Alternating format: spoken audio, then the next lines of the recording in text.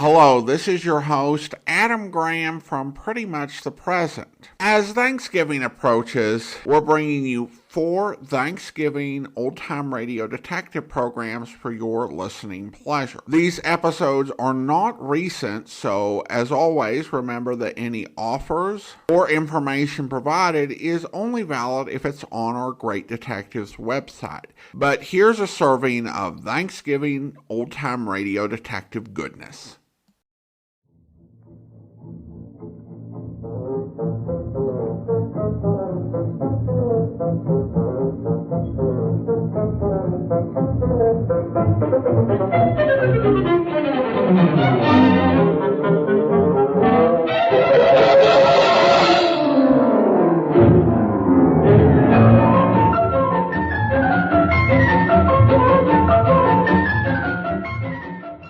Welcome to the Great Detectives of Old Time Radio.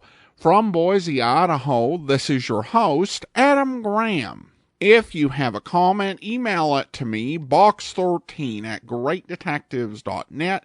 Follow us on Twitter at Radio Detectives and become one of our friends on Facebook, facebook.com/Radio Detectives. Today's program is brought to you in part by the financial support of our listeners.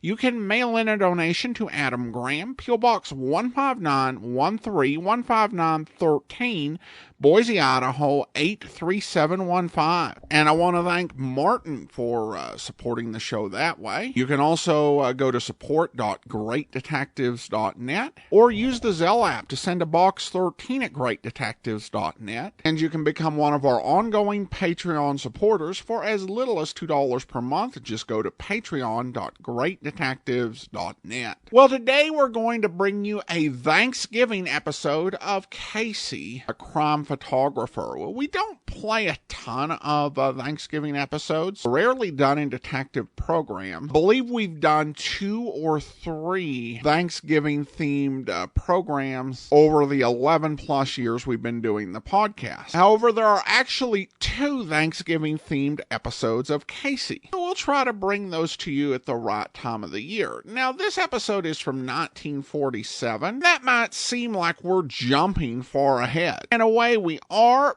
but after that 1943 episode we played you last week, there are a grand total of 7 episodes before we're into 1947 that are available. And we don't have Staats Cotsworth first episode as Casey either. So this is pretty much as good a place to start as any with Staats Cotsworth run. Now, from November the 27th, 1947, here is the episode After Turkey, The Bill.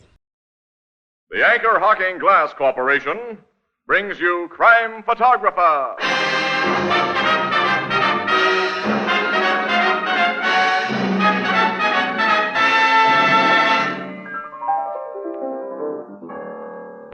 Say, Casey, do you think they'll ever put my statue in the Hall of Fame? What are you famous for, Ethelbert? For 27 straight years, I always got the same part of the turkey. That's some kind of a record, ain't it? Well, because you consistently get it in the neck, that might make you notorious, but not really famous. No, Ethelbert. You know, you have to do something really big, something important to deserve a famous name. Like what? Well, like Anchor Hocking, the most famous name in glass.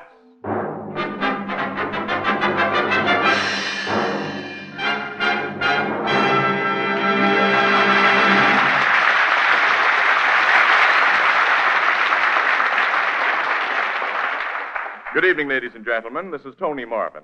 Every week at this time, the Anchor Hocking Glass Corporation of Lancaster, Ohio, and its more than 10,000 employees bring you another adventure of Casey, crime photographer, ace cameraman who covers the crime news of a great city.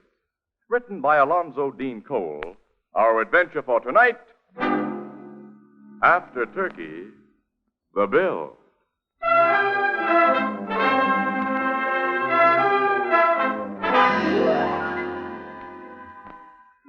7 o'clock in the evening, a medium-priced uptown restaurant known as Petrarchus's Olympian.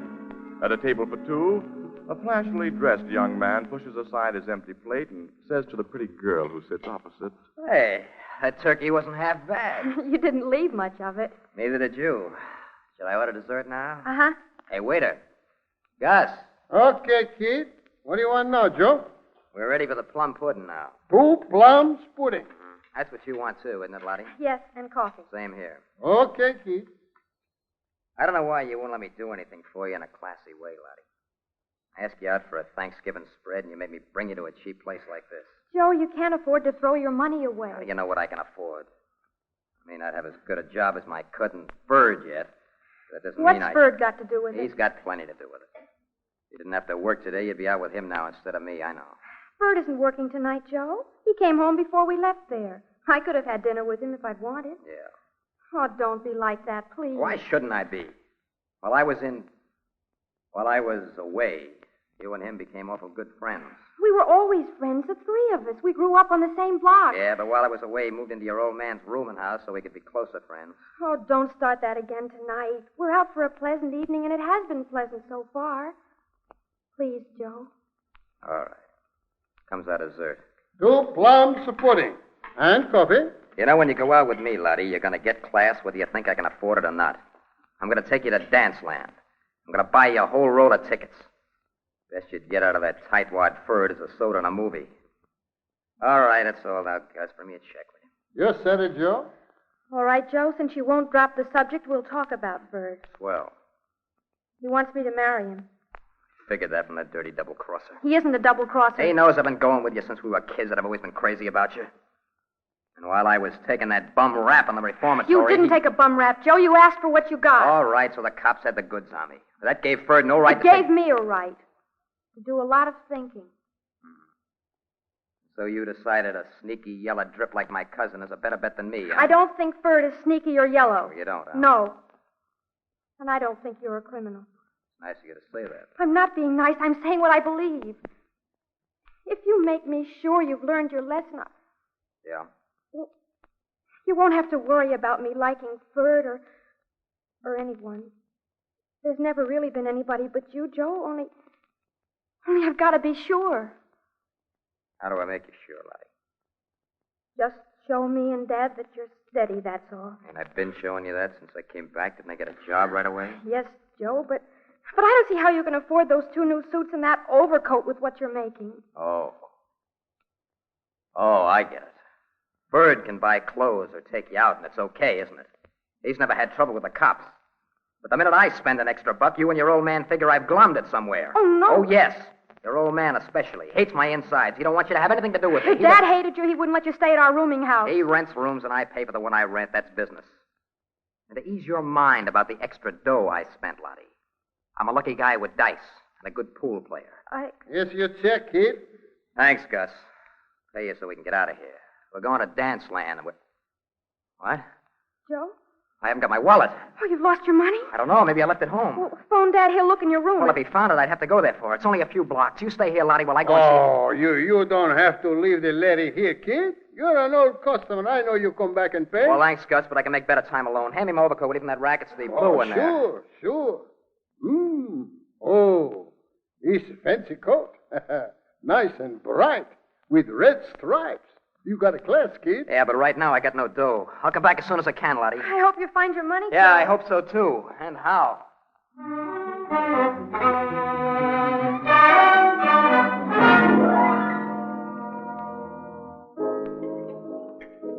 Gee, Casey, it's nice of you and Miss Williams to have Thanksgiving dinner here in the Blue Note with me. Oh, we're nice people, Ethelbert. Well, the very best. True, warm-hearted, and generous to a fault.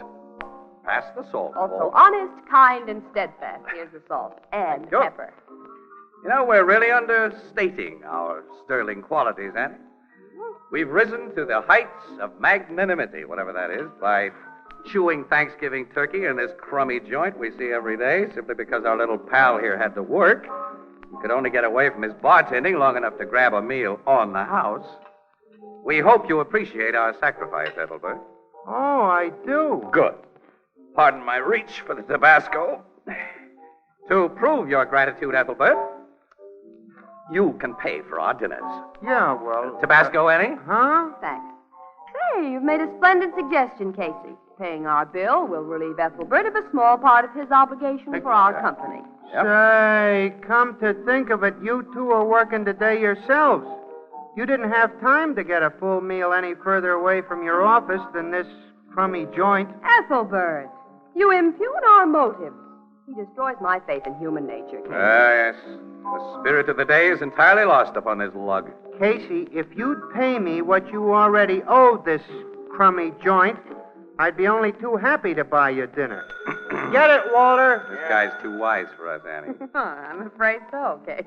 Casey, Yeah, Walter? you wanted the bar phone, you said it did. Oh, nuts. I'm only just finished my turkey. No, this means no dessert, Casey. I'll see what Burke wants. Well, stall him off if you can. Yeah, I'll do my best, Annie. Hello, Grace. Hello, Casey speaking. Look, Burke, we haven't finished our dinner yet. Oh, all right. Wait till I get my pencil in. Corner of Whitestone and Evans. Well, what happened there? What, is that all? For a run-of-the-mill story like that, we got to leave our dessert? Well, okay, Burke. All right, goodbye. Why I stick to this newspaper racket, I don't know. What was it, Casey? All the Look, we got to get out to Whitestone and Evans, Ann. Some mug just held up a filling station there and got away with a couple of $100 or so. Did he shoot anyone? No. Huh? Just one of those inside page fillers. Burke says news is light and we got to cover it. All right, where is Whitestone and Evans? Way uptown, not far from Petrakis Olympian Restaurant. You know, we've eaten there a couple of times. Yeah, I remember. Any description of the hold-up guy? Yeah, he wore a flashy blue overcoat with red stripes. See you later, pal. So long, Ethelbert. So long. Say, wait! Who's going to pay for this crummy joint?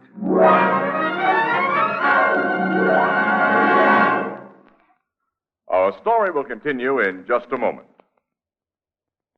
In mansion or cottage, in city or town, Thanksgiving Day is a time for family reunions, feasting, and fun. But through all the gaiety, there runs a deep note of real thanksgiving for blessings past and present. There's a tacit recognition that a better-fed nation is a stronger, happier nation. And one of the ways in which the American way has made its greatest progress is in the production, preparation, and distribution of food. Now, take the matter of delivering food alone. The great organizations who process and ship us our better foods know that flavor, purity, and freshness are best preserved by clean, sanitary glass. And that's why, as you look around the shelves of your food stores, you see that so many famous brands are brought to you in gleaming, protective containers made of glass.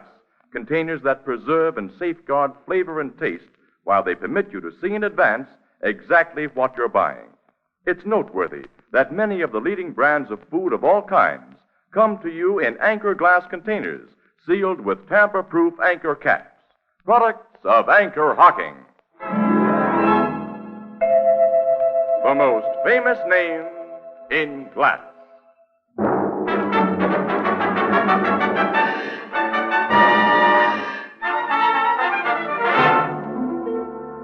Here's what happened, Miss Williams. I'm working the station, see? I'm here in the office when this hold-up guy opens the door and says, "Give me your dough." He had a gun, of course. Oh, sure, he had a gun.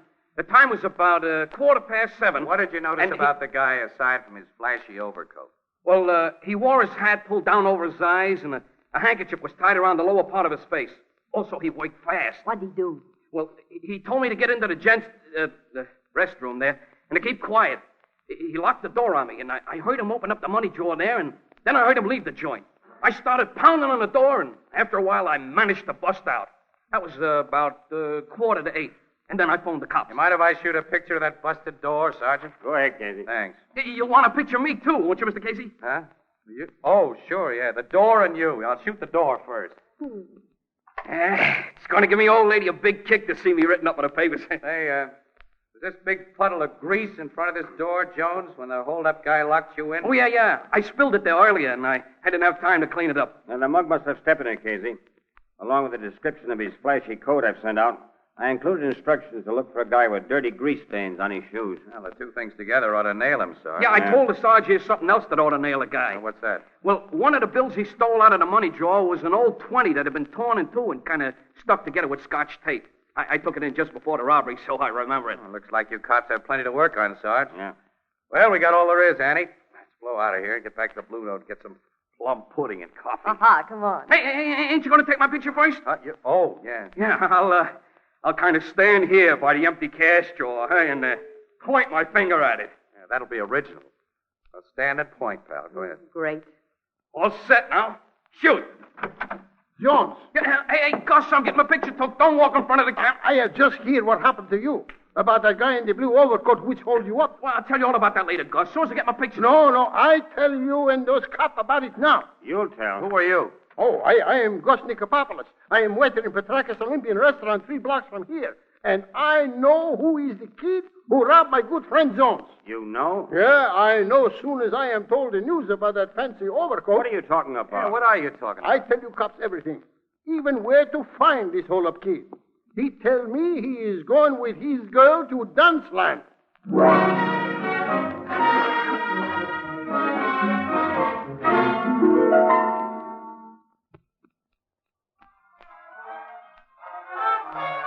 You got no right to pull me off that dance floor, copper. Don't believe this waiter, Sergeant. Joe hasn't held up anybody. We're going to see about that.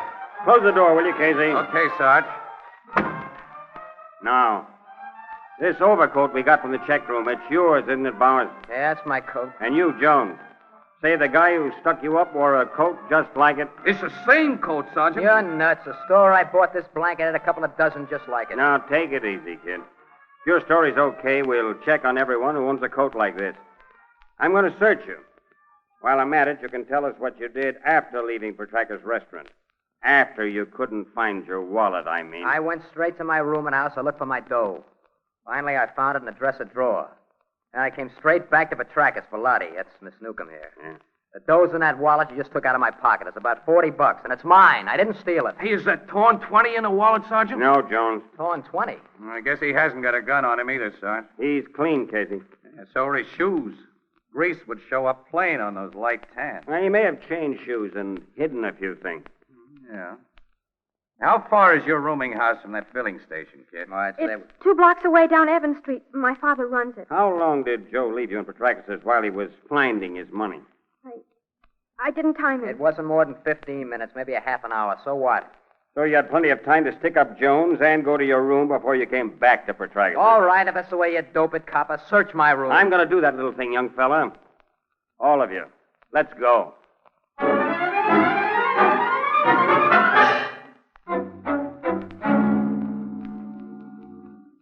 Lottie, why have you and Joe come home with all these people and these policemen? Everything's all right, Dad. They've made a mistake about Joe, but it's going to be all right. A mistake about Joe? A big mistake, Mr. Newcomb. I don't understand. I'm Sergeant Healy, 5th Detective District. There was a stick-up a few blocks from here tonight, and Joe Bowers here is under suspicion. A stick-up? Joe? He didn't do it, Dad. I know he didn't. You were with him, Lottie. You must know. Your daughter wasn't with him for a long half hour. Mr. Newcomb, I haven't taken time to get a search warrant, so I'd like your permission to go over Joe's room. Give him a go-ahead. I have. He'll find nothing to tie me up with any heist job. All right with you, sir? Oh, yes, of course. Thanks. Take me to your room, Bowers. Come on. Everybody else stay here with this uniformed officer. Miss Williams and I'd like to go with you and Joe, Sarge. Okay, Casey. Oh, thanks, Sergeant. My room's on the next floor. It's right up those stairs. Well, lead the way, kid. And don't try anything tricky. Why should I try anything? All you got on me is that a stick-up guy wore an overcoat like mine. And that's all you're gonna get. There's the door of my room, cop. Open it. Make yourself at home. Give me a key. The door isn't locked. I never bother. I'll turn on the lights. Now do your stuff. I will. You won't find anything locked up here. 'Cause I got nothing worth stealing. And nothing to hide. Now, if you were going to work on my cousin's room across the hall, you'd need a fistful of keys. He's one of those careful, secretive guys, you know? You got a cousin living across the hall? Yeah, his name's Ferdinand. And is he a crumb? I take it you don't like him. I like him about as much as he likes me, maybe more. Because he's been making a play for my girl. He isn't getting anywhere. How you doing, copper? You see anything of the dough I'm supposed to have stolen or the gat you think I used in that stick-up? Not yet, kid. And you won't. I'm 100% in the clear. Oh, yeah? How did this get under your carpet? What? Casey. A torn $20 bill. Stuck together with scotch tape. I never saw that bill before. And I think Jones will identify it as the one taken from his cash drawer. Wait a minute. There's more dough under this rug, Sarge. A couple of $100 at least. I spotted it, Casey. I don't know how it got there. I didn't pull that stick up. Cut the comedy, Joe. This money nails This you. is a frame-up. I tell you, it's a Where'd frame-up. you hide your gun? I never had a gun. I swear I did. Come clean, kid. Where's the gun? Wait a minute. Will you give me a break? Let me think. Let me think a minute. Yeah. Yeah, there's just one mug who'll pull a thing like this. And if you're right, guys, you won't let him get away with it. Question Ferd, Sergeant. Question my cousin Ferd. His room's right across the hall. Might be a good idea, Sergeant. Okay. Let's go over. There's the room. Yes? I'd like to talk to you a minute. This is the police. Just a second. We're just starting to get ready for bed. I'm Detective Sergeant Healy, young man. This is Miss Williams and Mr. Casey. How are you? Hello there. What do you want? Let me close this door. Your cousin Joe here has made some accusations against you that it's my duty to investigate. Oh, he has he? Do you own an overcoat like Joe's here? Blue with red stripes? An overcoat like that? Have you ever worn one? I wouldn't wear a zoot blanket like that if you paid me. You say? Yes, I say. Mind if I look around your room? Why? Bert, someone wearing an overcoat like Joe's held up the Whitestone filling station tonight and... What? You know where I bought this coat, Ferd. I think you got one just like it on the QT. I think you slipped my wallet out of my pocket just before I left here with Lottie tonight, so I'd have to leave her and look for it. You were watching the restaurant, and when I left it, you went to that filling Why, station. you're crazy. Sergeant, you can't believe Maybe this. I don't. But I want to search your room. Oh, wait a minute. Huh? Have you got a search warrant? No. Then get out of here. Say. I know my rights. Unlike a certain relative of mine, I've got a clean record. Who are you calling a lousy You, rat? Joe. Boy, I'll knock And your if- teeth out. Cut it up. Cut it, both of you. So you don't want me to search your room, hey, young fella? You heard me before, Sergeant. Hey, pal, wait a minute. You're taking the wrong attitude. You got nothing to hide. This isn't the way to show it. He's got a good reason for saying you can't search, and I'm going to prove it. Keep out of that closet, Joe. Make me if you can. I'll make you. Hold it, Ferd. Let me go. Come Let out me of go. there, Joe. I'll get a warrant. You I'll won't tell need a you- warrant, Sarge. Look there. What? In the back of his closet, covered with other clothes. Oh. An overcoat like yours. Just like mine. And in its pocket, there's a gun. I never saw that coat before. I never saw that gun. Well, somebody did. Come on. I'm taking you both to headquarters.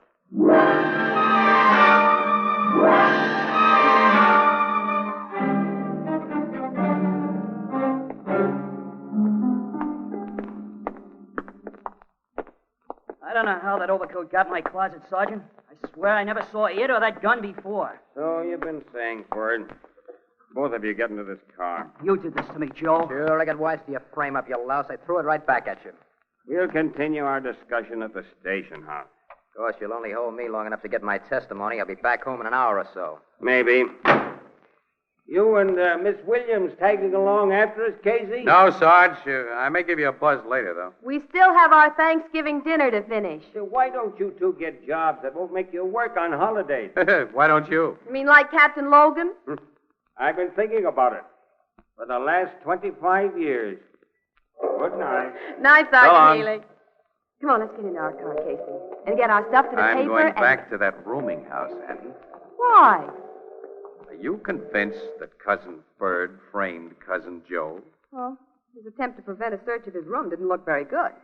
Annie, just thinking. No, Joe found that overcoat with what might be called surprising ease. Mm-hmm. It's hard to believe that Joe would invite his own arrest in order to frame his cousin. Why, one little slip. Framer, whoever he is, did make a slip, Annie. His plan didn't anticipate a grease puddle. And he had to get rid of a pair of shoes that may walk back and kick him. None of the shoes in Joe's room or in Ferd's had any grease stains on them. No? Sergeant Healy hasn't forgotten those missing shoes, and he'll be back pretty soon to really look for them. Well, I'm going to start looking right now. I'll ring Newcomb's bell. Sometimes I wish your snooping instincts were more restrained, Casey. I'd like a cup of coffee now and... Hi, Mr. Newcomb. Mr. Casey? Yes, may we come in? Of course, but We didn't go with Sergeant Healy and his prisoners.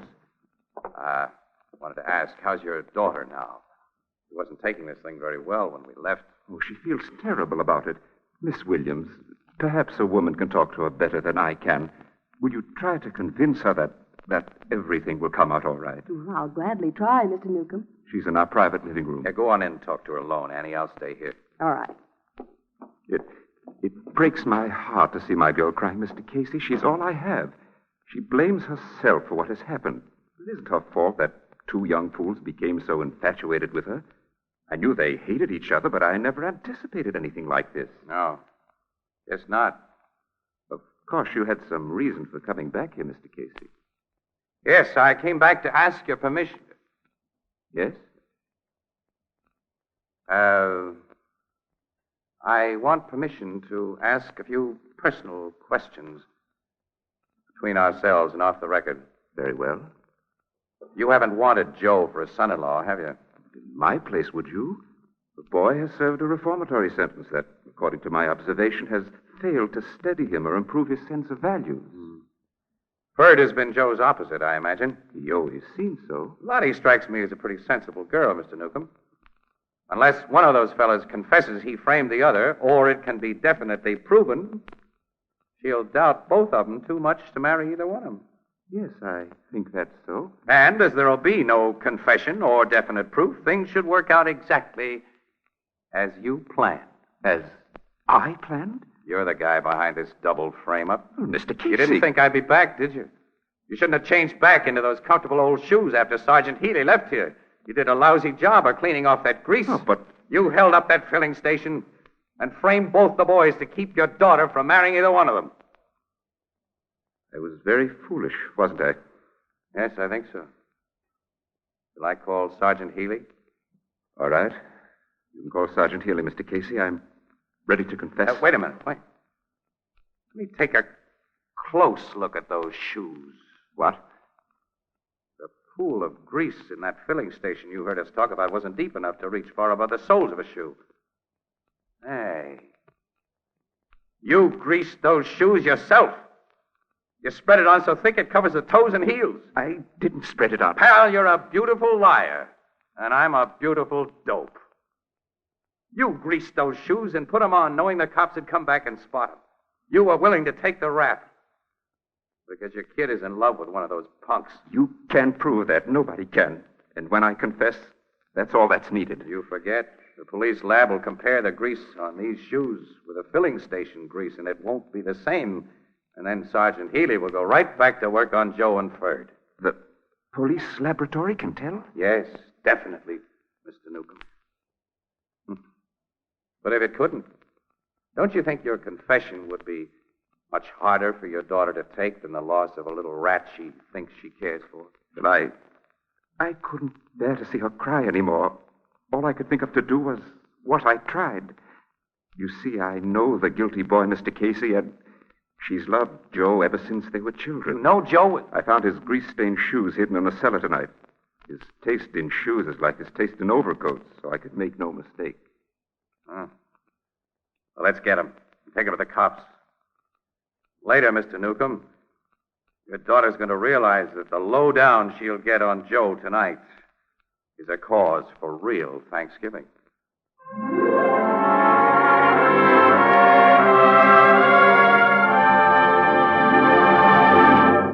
We'll join the crowd at the Blue Note in just a moment.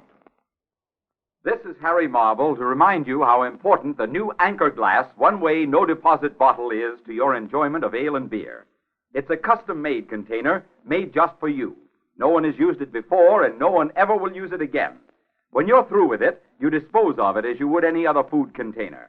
There's no deposit, no fuss or bother. And the new Anchor Glass one-way bottle assures you of sparkling ale and beer without cloudiness and with no foreign flavor or aroma. Beer that's truly brewery bright. Most of the brewers of New England and those who ship ale and beer into New England have adopted this bottle for your protection and added convenience. For the Anchor Glass one-way bottle not only costs the brewer less than any other type of single-trip container, but it also gives you much more for your money. So here's a good rule. When buying ale and beer, always demand a glass bottle. And for extra convenience, demand your favorite brand in the new Anchor Glass one-way no-deposit bottle, a product of Anchor Hocking, the most famous name in glass.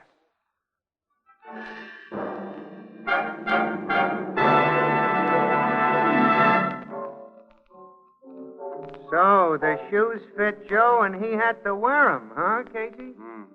They pinched so tight he cracked wide open, Ethelbert. He admitted planting a duplicate of his coat in Ferd's closet, everything. If his scheme had worked, Lottie would never have spoke to Ferd again and she'd have married Joe. Well, that was Joe's idea, Ethelbert, but it worked out in reverse. Lottie sank into Ferd's manly arms when she heard the lowdown, and she seemed very comfortable.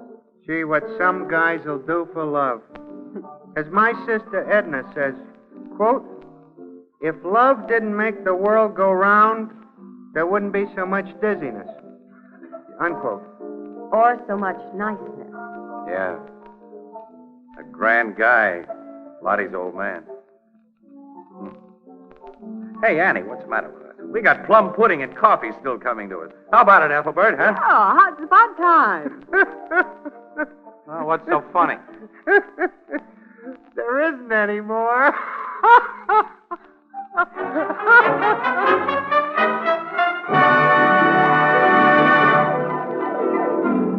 Crime Photographer, starring Staats Cotsworth as Casey, is brought to you each Thursday by the Anchor Hocking Glass Corporation, makers of Fire King Oven Glass.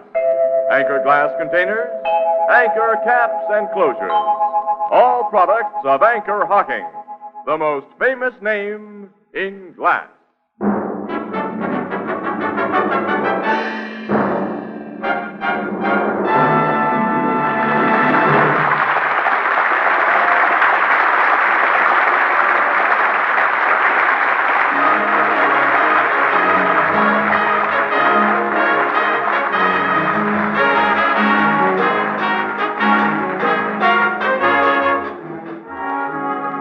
Crime Photographer is directed by John Dietz. The original music is by Archie Blyer, and the program features Miss Jan Miner as Anne and John Gibson as Ethelbert. Herman Chittison is the Blue Note pianist. If civilization is to survive, we must reaffirm our religious faith. It's up to each of us. Do your part by supporting and attending your church or synagogue. This is Tony Marvin saying goodnight for the Anchor Hocking Glass Corporation of Lancaster, Ohio, with offices in all principal cities of the United States and Canada.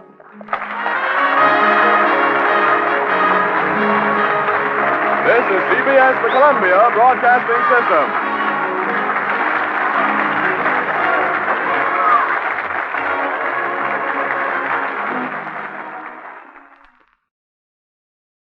Welcome back. Well, kind of a lighter fare with a bit of sentiment and maybe some melodrama thrown in. Poor Sergeant Healy and Captain Logan, who's going to be one of the key characters we meet when we get more into the Casey Crime Photographer era, is one of those guys who takes the holiday off every year, even if it means that means somebody else has to work it. Dr. Joe Webb over at Blue Note Bulletin noted the use of Tabasco on turkey. I'm not personally much of a fan of Tabasco sauce myself, but I know a lot of people are. So if you've not tried Tabasco sauce on turkey and you're curious about it, maybe just, take a little slice of your turkey and put some Tabasco sauce on it.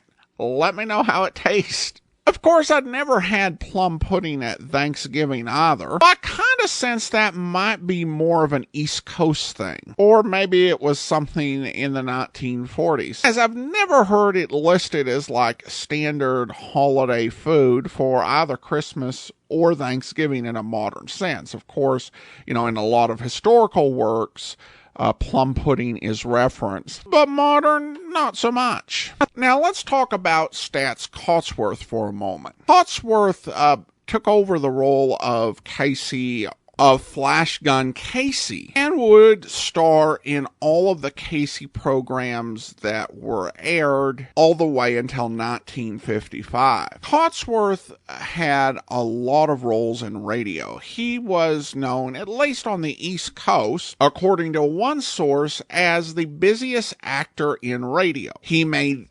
7,500 appearances over the course of 12 years, which averages out to a little less than 2 radio appearances per day. We've heard him in a few other series. He was the second actor to play Inspector Thorne, an NBC series we played a few years back. And he also played the district attorney on Roger Kilgore, Public Defender, which we played for you last season. He was also one of the actors to play Lieutenant Wigand on Mr. and Mrs. North, and a lot of soap opera roles. Like most of the New York radio stars, he also had a very successful career on stage, and a talented artist to boot. Now, I do want to turn to listener comments and feedback, and Martin writes from Prince Edward Island in Canada. I truly appreciate your podcast of the old-time radio detective programs,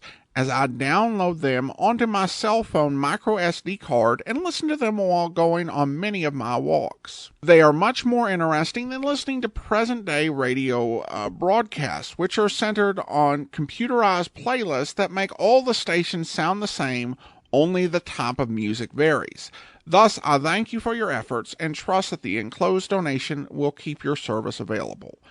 Yours sincerely. Well, thank you so much. I appreciate your comments, and glad to be able to keep you company out on your walks, Martin. I always listen to audio dramas when I'm out walking. Just really does keep things interesting. So once again, thank you so much for your support, and I also want to go ahead and thank our Patreon supporter of the day. Thank you to Rosa and John, Patreon supporters since January, currently supporting us at the Detective Sergeant level of $7.14 or more per month. If you did enjoy today's Thanksgiving episode or would like more Thanksgiving fun, be sure and listen on Wednesday to the Amazing World of Radio at amazing.greatdetectives.net for our Thanksgiving special. That will actually do it for today. Join us back here tomorrow for The Fat Man.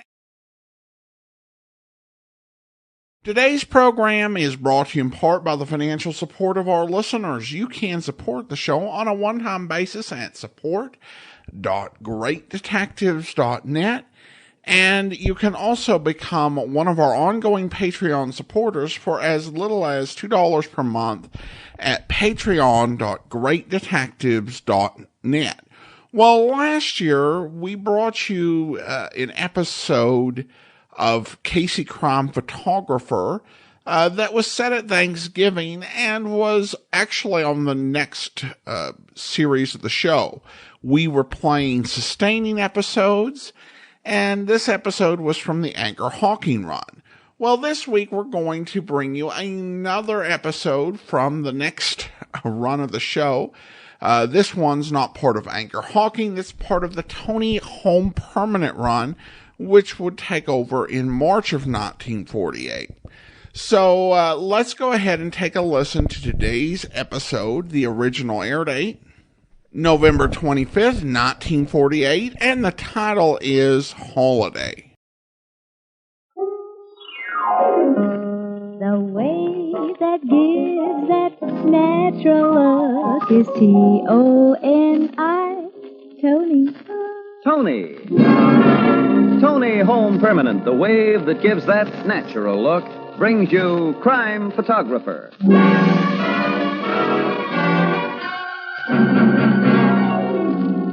Good evening, everyone. This is Bill Cullen greeting you for Tony Home Permanent and inviting you to listen to another adventure of Casey, Crime Photographer, ace cameraman who covers the crime news of a great city.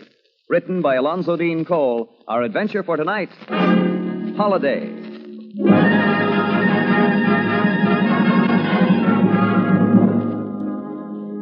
Thanksgiving Day, early afternoon. Among the crowd that strolled idly by the Blue Note Cafe is a slight, worried-looking man who, unlike the other strollers, doesn't appear to be in a holiday mood. Biff Connors. Huh? Hey, you remember me, fella? Casey, Morning Express. Sure, I remember you. Hi, Casey. Couldn't be better. Biff, I haven't seen you since, gosh, it must be 3 years. Closer to 4. I guess it is. Miss Williams, let me introduce Mr. Connors. Hello, Mr. Connors. Nice to meet you, Miss Williams. Heard some nice things about you, Biff. They tell me you're married now, raising a family, got your own business, doing fine. Yeah, well, I got to be running along. Nice seeing you, Casey. Being introduced to you, Miss Williams. So long. Well, so long, Biff. That was short and sweet. Your friend could hardly contain his joy at meeting you. Yeah. He looked worried, Casey. I don't think his mind was really on you. Who is he?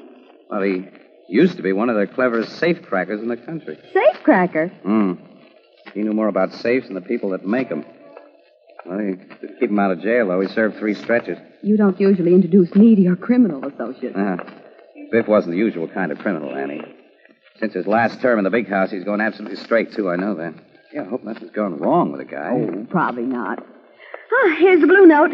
Let me push open the door for you.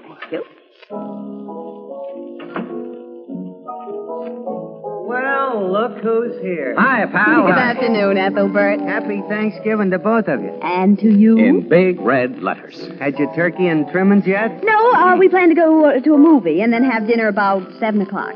You having it here? What? Thanksgiving dinner in this joint?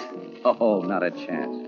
What's the matter with this joint? The chef's putting out $1.75 special today. Casey's taking me to the Ritz for dinner. And then we're going to a play. Yep. Movies in the afternoon, the Ritz for dinner, and then an evening show, huh? Mm-hmm. You are having a holiday. We're not going to waste any of it hanging around here as much as we love you, Ethelbert. Oh. Casey, it just came to my mind. As of November 1st, you owe us on your October bill. Oh, well, that's all right, Ethelbert. Just carry it over to December. I'm going to need all the dough I've got on me today, I think. Yeah, and you'll need all you got on you in December. I don't like to dun a pal, Casey, but I know you... Oh, hello, Biff. Mr. Excuse me for butting in like this, Miss Williams, but Casey, after I left you outside, I got to thinking... Well, we're glad to see you again, fella. How about having... No, thanks. I hope you'll excuse me, Miss Williams. Casey, if I ain't asking too much, will you step outside with me while... So I can talk to you alone? Well, I'd appreciate it, Casey, lots. Sure, go ahead, Casey. I'll wait for you here. Oh, well, okay, Annie, thanks. Okay, Biff. Thanks a million. You look awful worried, fella. What's this all about?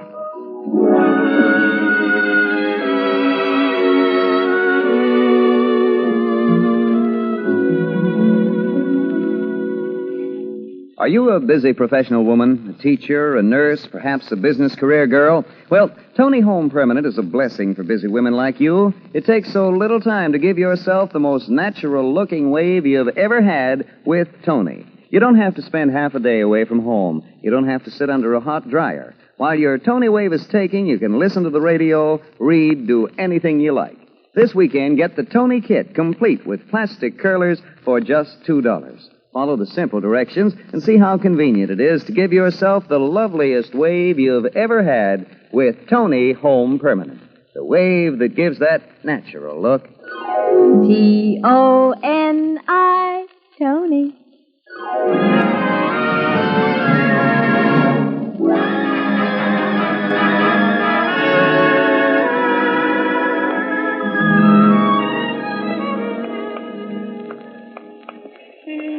Turn into the side street, Casey. It ain't too crowded. We can talk. Okay, Biff.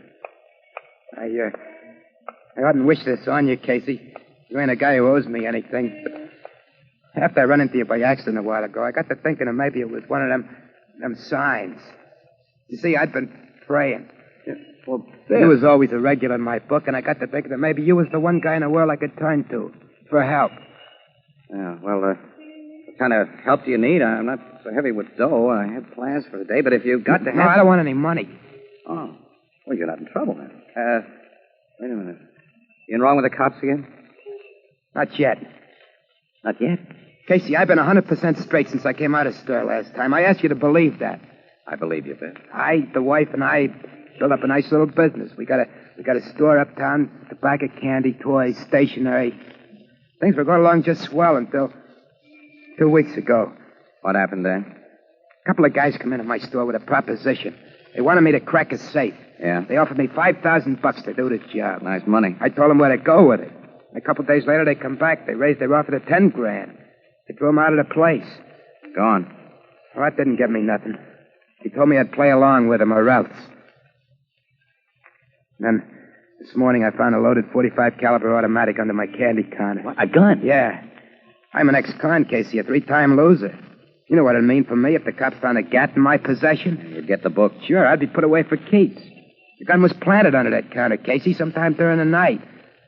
I wrapped it up. I made an excuse to the wife that I had to come downtown, and I went to the North Bridge, and I dropped it in the river. This gun was left where you'd be sure to find it. Yeah. It wasn't meant as a frame, just a There's a hint of what'll happen if I don't play ball. Well, the two guys been around to follow up their hint? I don't know. I ain't been back to the store. Oh. Since I left the bridge, I've just been walking around trying to think. Wife don't know anything about them guys in the proposition. I ain't told her. And I can't tell her. She knows all about my record. You can figure how scared she'd be. And you haven't told the cops? Does a guy like me ever run to the cop? Well, it'd be smart if you ran to him this time. No. Why not? In the first place, they wouldn't believe me. An ex-con. They figure I was trying to put something over. I can't blame him, Casey. Well, I can tell him. You gotta promise me you won't. Well, Biff, listen. Suppose they did believe me. What happens? They set a trap for the guys who propositioned me. Them guys got friends who'll know that the squeal that the cops acted on had to come from me. My life wouldn't be worth a nickel. Yeah. Guess you got something. Promise there. me you won't say nothing to the cops, Casey. You got it. Well, what do you want me to do, Biff? I don't know. I just had to talk to somebody, that's all. For a guy I knew was right, and I ain't got such a good head, Casey. I figured maybe you could figure my way out. Well, thanks for the compliment. Well, who are the guys that came to you with this proposition? I don't know. They didn't tell me their names. Well, I get around a little. What do they look like? One was tall and skinny, had a long face and big yellow teeth. He kind of looks like a horse. Yeah? The other's a little dark guy, heavy set. Oh, wait a minute. The one you say looks like a horse, has he got a long scar on his neck? Yeah, like somebody done a shiv job on it. Can't be two mugs who answer to that description. Scar neck, horse face must be Jake Bannister. Head strong-arm goon for Nick Reynolds. Nick Reynolds? Well, you must know who he is. Well, the name's familiar, but Hey, you are out of touch with the rackets, kid. Nick Reynolds is the Mr. Big behind some of the dirtiest crooked work that goes on in this town. But he poses as a solid, respectable business guy, and the cops have never been able to nail him. Oh, wait a minute. Tell me more about the little heavy-set mug. Well, he looks... He's got a cauliflower ear like a pug. And he stinks of perfume. Hey, Tony Chef. He's another of Reynolds' guys. This is beginning to sound like hot stuff. I don't suppose they told you whose safe they want opened, huh? No. They tell you anything about it? Only there was a small house safe, a real tough one. That's what he needed, an old hotshot like me. And they offered you dough to crack it, 10 grand. They didn't say anything about giving you a share of what's in it. That's right. I got a notion there isn't any dough in the box to share, Casey. Just something that somebody wants and is willing to pay high for. Think you can find out from those guys where the box is, the location of the house, and who lives there? Well, they won't tell me unless I say I'll play ball with them. Oh. Yeah, that's right, they won't. Look, Biff, go back to your store. They ought to be paying you a visit there today after planting that gun. Try to learn all you can. And then... Well, I've made other plans for this afternoon, but I'll stick around the Blue Note. I'll write down the number of a phone booth there so we can talk in private when you call. There, here it is. Thanks, Casey. I got a dinner date for around 7 that I can't break, fella, and then I'll be tied up for the rest of the evening, so if your guys don't show by 7, well, things are going to have to just ride a while, I guess. But in the meantime, I'll be running down a little tip I got on Nick Reynolds. A tip? Yeah, it's just a piece of gossip I didn't think much of until I heard your story. Now it may mean something. Well, so long, Biff. Take it easy now and try not to worry, huh? I'll try, but remember, you promised me, Casey. You won't tell the cops. Yeah, that's right. I won't tell the cops.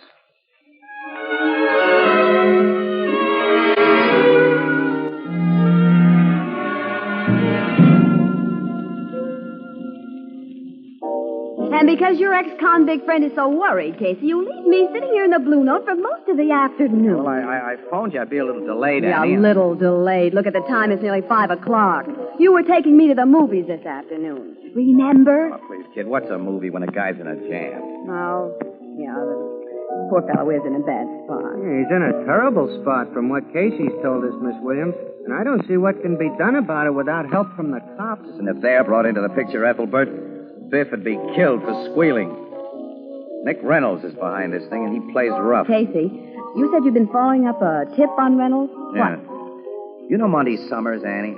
Of the Summers Detective Agency? Yeah, Summers Blackmail Bureau would be a better name for his outfit. Yeah, that's right. Well, Summers is a shakedown artist of the dirtiest kind.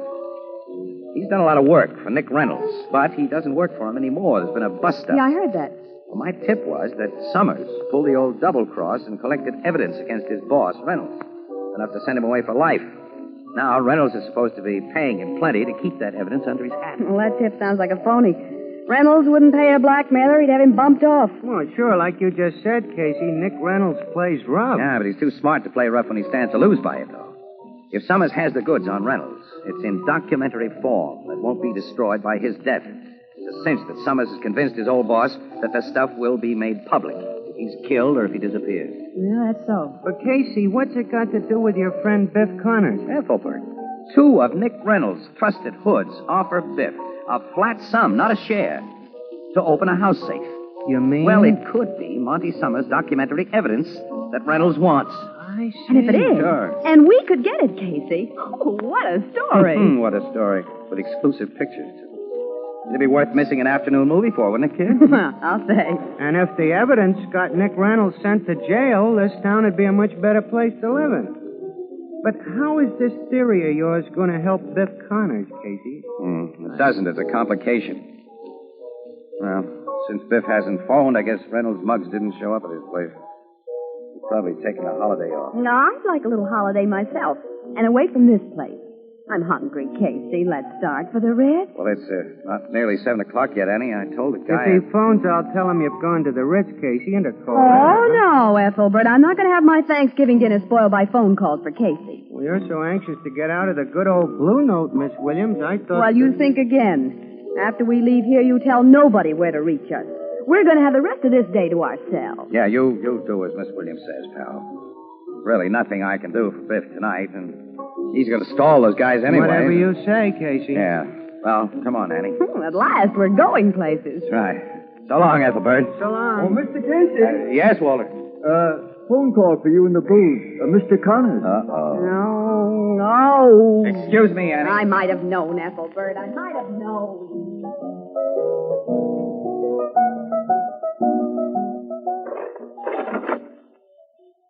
Hello, Casey speaking. This is Biff Connors. Anything happen? Plenty. Them guys were here and I couldn't stall them like you told me, Casey. Couldn't stall. No, they said they'd get my wife and kid if I didn't fall in line. They weren't bluffing. I gotta do their job tonight at 12 or else. 12 tonight? Yeah, I promised them I will, and I have to. There's no way you or anybody else can help me now, pal. I just phoned because I said I would, and you wouldn't have kept hanging around till 7 o'clock. That's all. So long. Hey, wait a minute. Don't hang up. There's no use talking, Listen, Casey. Biff. After you promise those guys that you do their job, did they tell you where it's going to be? Yeah. But you know what you promised me, Casey. No cops. You've got to trust me, fella. Now, give me that address, will you? Okay. It's on Riker Avenue, number 390. 390 Riker. That's right. Those two guys will go there with you at 12 tonight? Yeah, and they'll be watching me every minute, Casey, with guns in their mitts. Well, listen. Stay in your store. I'll get in touch with you there by 10:30. You got some plan, Casey? You think there's a chance? There's a swell chance, Biff. There's every chance. Now, stop worrying, kid. You'll hear from me in a couple of hours. Hold on. I got faith in you, Casey. So long. Faith in a liar. I can't figure any chance. Annie. Yeah, I know. Don't tell me. We're not heading for the Ritz and turkey dinner. No. We're going out to look over Monty Summers' house right now. Oh, you mean Monty Summers, the blacksmith? I looked up his address this afternoon just in case. He lives at 390 Riker Avenue. Come on, Annie, let's go. Yeah, so long, Ethelbert. So long. No Thanksgiving dinner for you two.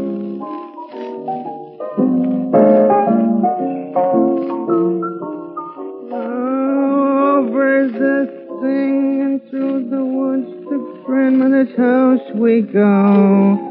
The horse knows the way to carry the sleigh through the something or other. Hi, Ethelbert. Say, wasn't that Casey and Miss Williams just leaving the Blue Note Oh, there? hello, Mr. Cullen. Yeah, that was them. Oh, they didn't speak to me. Well, they was going so fast, they must not have seen you. Yeah. Why the speed? Well, they're trying to stop a safe cracker from cracking a safe he don't want to crack. I don't quite follow you, Ethelbert, but I gather that crime does not take a holiday? No.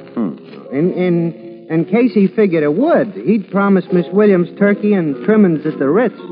That's where he made his mistake. Mistake? Why, I'd call that a pretty sound idea for Thanksgiving Day. Making a promise to a woman? Mm-hmm. Mr. Cullen, that's always a mistake. Oh, no, Ethelbert. Tony made a promise to millions of women, and it's been a great thing for everybody. You see, not many years ago, no one ever dreamed women could give themselves satisfactory permanence right at home. But Tony developed a gentle, cream-cold wave that they knew would give wonderful results with all types of hair. So they made a promise and backed it up with a guarantee. They said, Tony will give you a permanent that lasts just as long as a $15 beauty shop wave and is guaranteed to look more natural or your money back. And women were interested. They tried Tony, and the promise came true. They found they can give themselves waves and curls with Tony that are so soft and shiny they look like naturally curly hair. So they told their friends, and what's happened? You asking me, or is that a Rita Oracle question? I guess everybody knows the answer, Ethelbert. Now, more than 1 million women each month use Tony Home Permanent. More than 1 million? Mm-hmm. That's a lot of women. Yes, each month another 1 million women give themselves lovely Tony waves.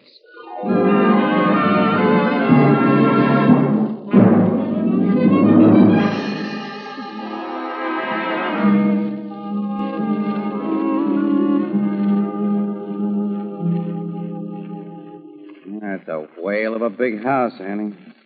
Lottie Summers lives well. Oh, now that we're looking at it, Casey, what are you going to do? Annie, we've got to think as though we planned to crack a safe here ourselves. The easiest to go in and out from the front. Mm-hmm. See, I think I'd come here in a car. I'd park it under one of these trees. Not directly in front of the house, of course, but close enough for a quick getaway. And leave a lookout in it? No, I wouldn't do that. A guy sitting in a parked car might attract attention, which I don't want. I'd post a lookout, but he won't be in the car or even near it most of the time. Well, now that that's decided, what do we do? I don't know, kid. Trying to make us think that. Huh?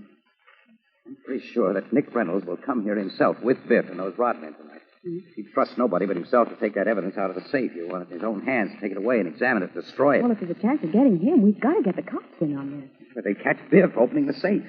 In spite of everything that we could say in a guy's favor, the law says that fourth offenders go up for life. And we've got to catch Reynolds with the goods and at the same time keep Biff out of it. It's a large order. Sure is. It's too large, kid. I can't see any way to fill it. Casey, if you and I came back here at midnight and hid ourselves, when Reynolds and Biff Connors and the others come out, we can cover them with a couple of guns. We'll capture Reynolds and his gang and let Biff Connors get away. Annie, can you really picture you and me in a gangster movie act like that? We'd only get ourselves shot. No, I guess we're not the right type. Why aren't we like some of the characters we see in the movies?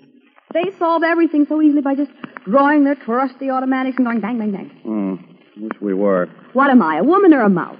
In that western we saw last week, a gal my size captured a dozen tough cattle rustlers all by herself. Well, her boyfriend was pretty good, too, don't forget. Tall, dark, and handsome in the fancy pants. He was certainly a shark with a lariat, too. You lassoed the character who tried to steal Grandpappy's beef ranch. He yanked him off his pinto pony so hard I kind of got aching bones myself. It's so easy in the movies. Oh, well, this line of thinking isn't getting us anywhere. No, but... Wait a minute. Maybe it is. What? Lasso. Man. Horse. Casey, what are you... I've got an idea, Annie. You have? Yeah, come on, get in the car. I'll tell you about it. We're on our way to borrow something that I'll need. Then I'll get to Biff Connor and tell him honestly that he has a swell chance.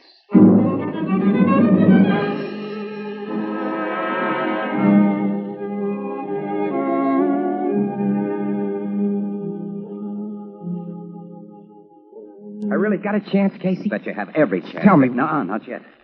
You tell me about the setup for tonight, as you got it from Reynolds' Rodman. Well, I'm to meet him a couple of blocks from here, see, at 11 o'clock, like I told you. That's right. They'll be in a black sedan. They'll have the tools I'll need for the safe job. Then we drive right out to the Riker Avenue house. They say the guy who owns the joint won't be there. That's why the job's got to be done tonight. There's only a servant in the house, and he's been fixed. Well, they don't look for any trouble, then, huh? No, they claim it'll be a cinch. They're due for a surprise. You're the only one who's not headed for trouble. Casey, tell me what... No. The less you know about this whole thing, the better for you. But I want you to be sure to do 3 things, Biff. Yeah? First, after you open the safe, don't let any of the guys with you destroy anything they take out of it. Act scared. Insist on getting out of the house right away. Okay. All right. Now, second, when you reach the getaway car, get into the back seat. Back seat? Yeah. Third, take a grip on the front seat and brace yourself. Brace yourself with all the muscle that you've got.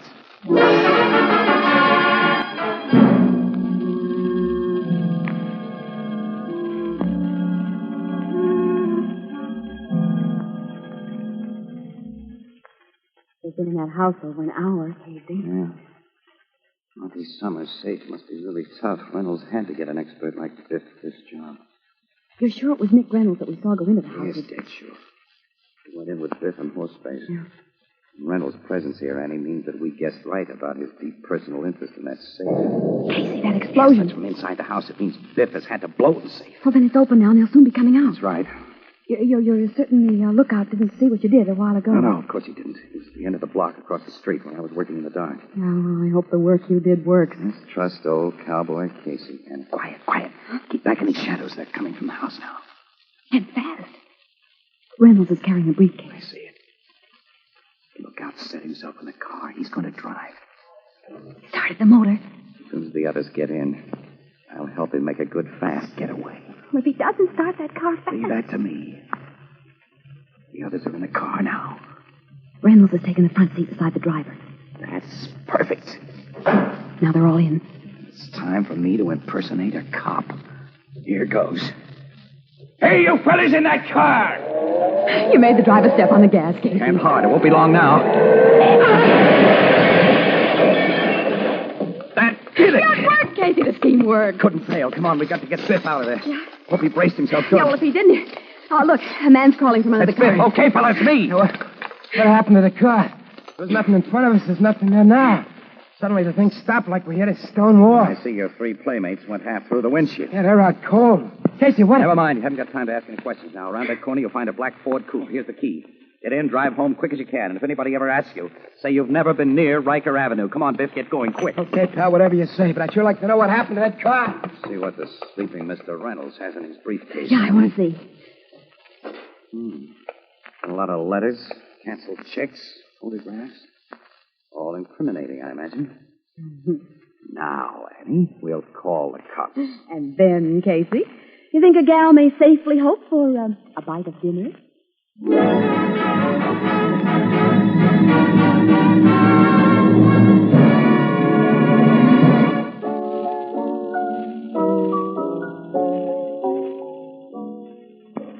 For soft water shampooing, use Tony Cream Shampoo. Even in the hardest water, Tony Cream Shampoo. Yes, even in the hardest water, Tony Cream Shampoo gives soft water shampooing that rinses away dandruff instantly. Leaves hair so soft, so smooth, so shining clean. Today, bring out the sparkling beauty of your hair with soft water shampooing. Get the handy tube or jar of Tony Cream Shampoo. It's new.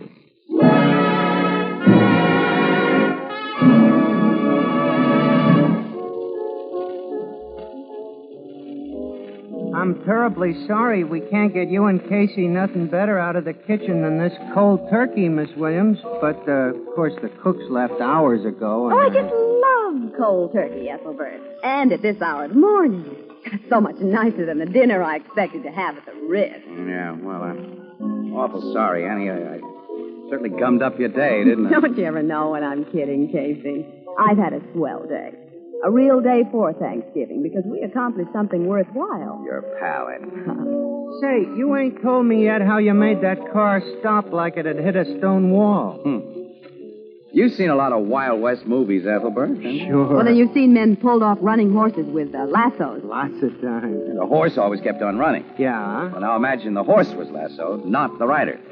The horse had stopped dead. And its rider would keep on going over its head. That's what happened to the crook's getaway car. You lassoed that car, Casey? Well, it amounted to that. Casey brought a very strong 150-foot steel cable out there, Ethelbert. Yeah, with a hook at both ends. Yeah, in the darkness, he hooked one end of his cable to the axle of that car, and the other end to a big tree. And I made a noise like a cop to startle the driver into a good fast start. And when the cable paid out to its limit... Oh, I get it. Yeah, and the only reason Biff Connors wasn't knocked through the windshield like the others was because he'd braced himself like you told him. That's right. Even he was a little dazed when he climbed out, though. Oh, well. Anyway, Reynolds and his mob are all washed up, thanks to the stuff in that briefcase. They can't hurt Biff Connors or anyone else. You two had quite a holiday. Mm-hmm. A grand one. Have some more cold turkey, Casey? Yeah, I think I will, Annie. And it didn't cost you anything. You saved money by not going to the movies, to the Ritz for dinner, and to a play after. Well, sure, that's right, yeah. You can't need all the dough you got on you. Of course not. Huh? I hate to dun a friend, Casey, but there's a little matter of that long overdue October bill, and... He's got you, Casey. A dead to rights. If this isn't an ending for a grand day, here I've been roped in myself.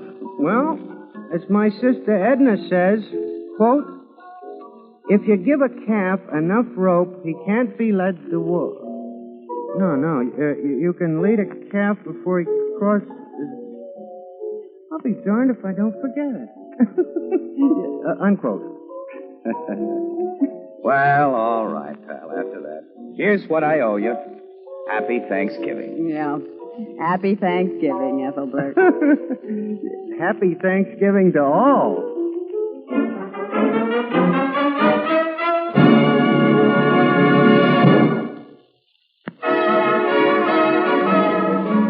Crime Photographer, starring Staats Cotsworth as Casey, is directed by John Dietz. It's written by Alonzo Dean Cole and is based on the fictional character of Flash Gun Casey, created by George Harmon Cox.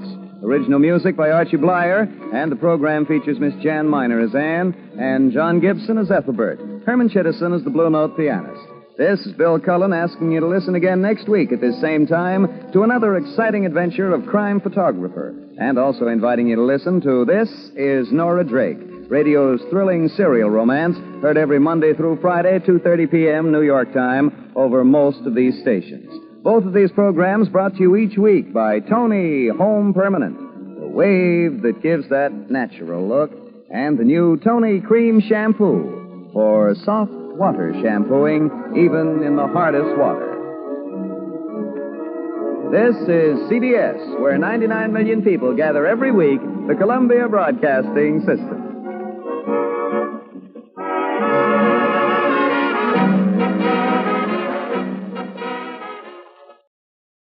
Welcome back. The number one thing that stands out to me about this episode is just the lack of actors in it. We've got our three regulars, and then we've got this safecracker. One of the actors doubles up to play the waiter, and as Dr. Joe Webb points out, we never hear the gangsters, and nearly all the action occurs off screen, and we're only told about it later. And we'll have to see how many of these issues are persistent with the Tony's run when we get to it. I will say that even though Tony's is a permanent, their sponsorship of Casey was only temporary. So if you get into those episodes and find them not quite to your liking, be aware that there will be another sponsor and more changes in the series. There's a relatively few number of those in circulation. I do think that the lack of actors, one potential thing that stands out to me is that this was actually released on Thanksgiving. So you might have had a bit of a skeleton crew, and there could be some economizing. I do like that we did get a bit of, Casey's just, soft side. Somebody's in trouble, they need help, and Casey, will go out of his way to help them. And I think that's true, in the pulps as well as on the radio program. The commercials were something that Dr. Webb had issue with, particularly the in the middle of the episode commercials. And I tend to agree with him. Some of those in-episode commercials, he mentioned comedy programs, and some that I can think of are Burns and Allen, great commercials that got worked into the story. And even if you want to look at more of a dramatic program with Martin Caine on television, they actually did these same sort of embedded commercials. And it worked on the Martin Caine TV show because, the tobacconist, he was like a regular character. And, Martin Kane had a reason for going in there. Ethelbert doesn't really have a good reason to be discussing Tony's Home Permanent. And so that's a bit awkward, and I don't think works as well. There are others, too, that I think are, if not like completely awkward, they're just kind of a waste of time. Lum and Abner for General Electric, those commercials, there's no humor, and there's just not a whole lot of value in them. So it's a tricky thing. I will say that I did like the singing commercial later on. I thought that one was pretty cute. All right, well, now it's time to thank our Patreon supporter of the day. Thank you to Murph MCB, Patreon supporter since February, currently supporting us at the Shamus level of $4 or more per month. Well, that will do it for today. If you are enjoying this podcast, please rate and review it wherever you're downloading this podcast from. Now, I will note as we close that it's really rare for us to have Thanksgiving detective programs. We've had a total of 4 in 14 years, and 2 of them have been episodes of Casey Crime Photographer. And I don't actually expect we'll have any additional detective episodes with a Thanksgiving theme. But if you do find yourself hungry for more Thanksgiving old-time radio goodness, then I encourage you to take your plate and go over to a second helping over on Amazing World of Radio, amazing.greatdetectives.net. Where on Wednesday we will have our annual Thanksgiving special. Of course, we will be back next Monday with another episode of Casey Crime Photographer. But coming up tomorrow, we'll have an episode of Jeff Regan where you can subscribe to our podcast and make sure you never miss an episode using your favorite podcast software, whether it's Google Podcasts, Spotify, Apple Podcast, or the Amazon Music app at amazon.com/OTR Detectives. I also encourage you to check out our latest t-shirt design, the Famous Investigator design. And you can check out all the styles and colors available, including the new youth style, over at famous.greatdetectives.net. And be sure and order by November 29th if you're in the United States to ensure your order is received by Christmas. This year I decided to try and offer a Thanksgiving special. The last couple of years have been fun because we've had episodes of Casey Crime Photographer that were Thanksgiving themed. This year we don't have anything that's Thanksgiving themed. And in future years I might consider just rerunning the episode as an encore presentation. But in this particular case, it's been 12 years since we played the original episode, though it might be a bit of deja vu for those of you who are subscribed to our Volume 1 feed. Today we're presenting an episode of Jeff Regan Investigator starring Jack Webb. The original air date, November the 20th of 1948, and the title is The Pilgrim's Progress.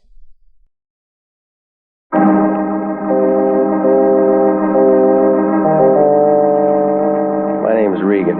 I get 10 a day and expenses from a detective bureau run by a guy named Anthony J. Lyon. They call me the Lion's Eye. With Jack Webb as Jeff Regan, the Lion's Eye, stand by for hard-boiled action and mystery and thrilling adventure in tonight's story of the Pilgrim's Progress.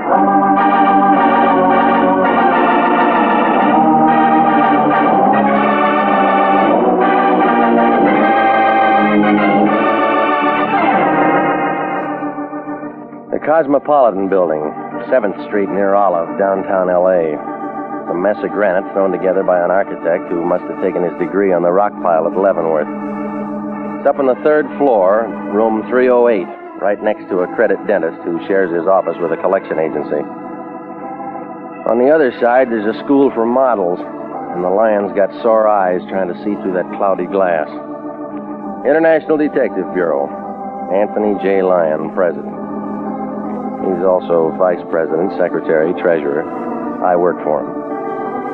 Well, the office isn't much, but there's enough elbow room for a client to write a check. I went to the office Friday night about 5:20, answering the Lyon's call. He was sitting behind the desk, sucking on a quarter cigar. He looked real pleased, like a fat lady locked in a cream puff factory. Man I know had a baby. Plumber named Broman or Groman or something like that. Mazel tov. Cancel any arrangements you got for the night. I got something for you to do. Got your car? It's in the lot. Gas it up. You're taking a trip. Where to? Calabasas. A man wants to see you. I got no friends out there. Friend of mine named Hendricks. He counts his money with an adding machine, and his finger's always swollen. What's the problem? I don't know. He didn't say. He just called and told me to send out a man. How much did he give you for a retainer? When an important man like Hendricks calls, you don't insult him by asking for money. Oh, stop it, will you? You're the kind of guy who'd steal pennies out of parking meters. That's enough, Regan. If one of them turned up empty, you'd sue the city. Here's the Hendricks address. Now get out there. All right. Regan. Yeah? Remember, do a good job, and I'll give you Thanksgiving off, and I'll pay you. With what? Cranberries?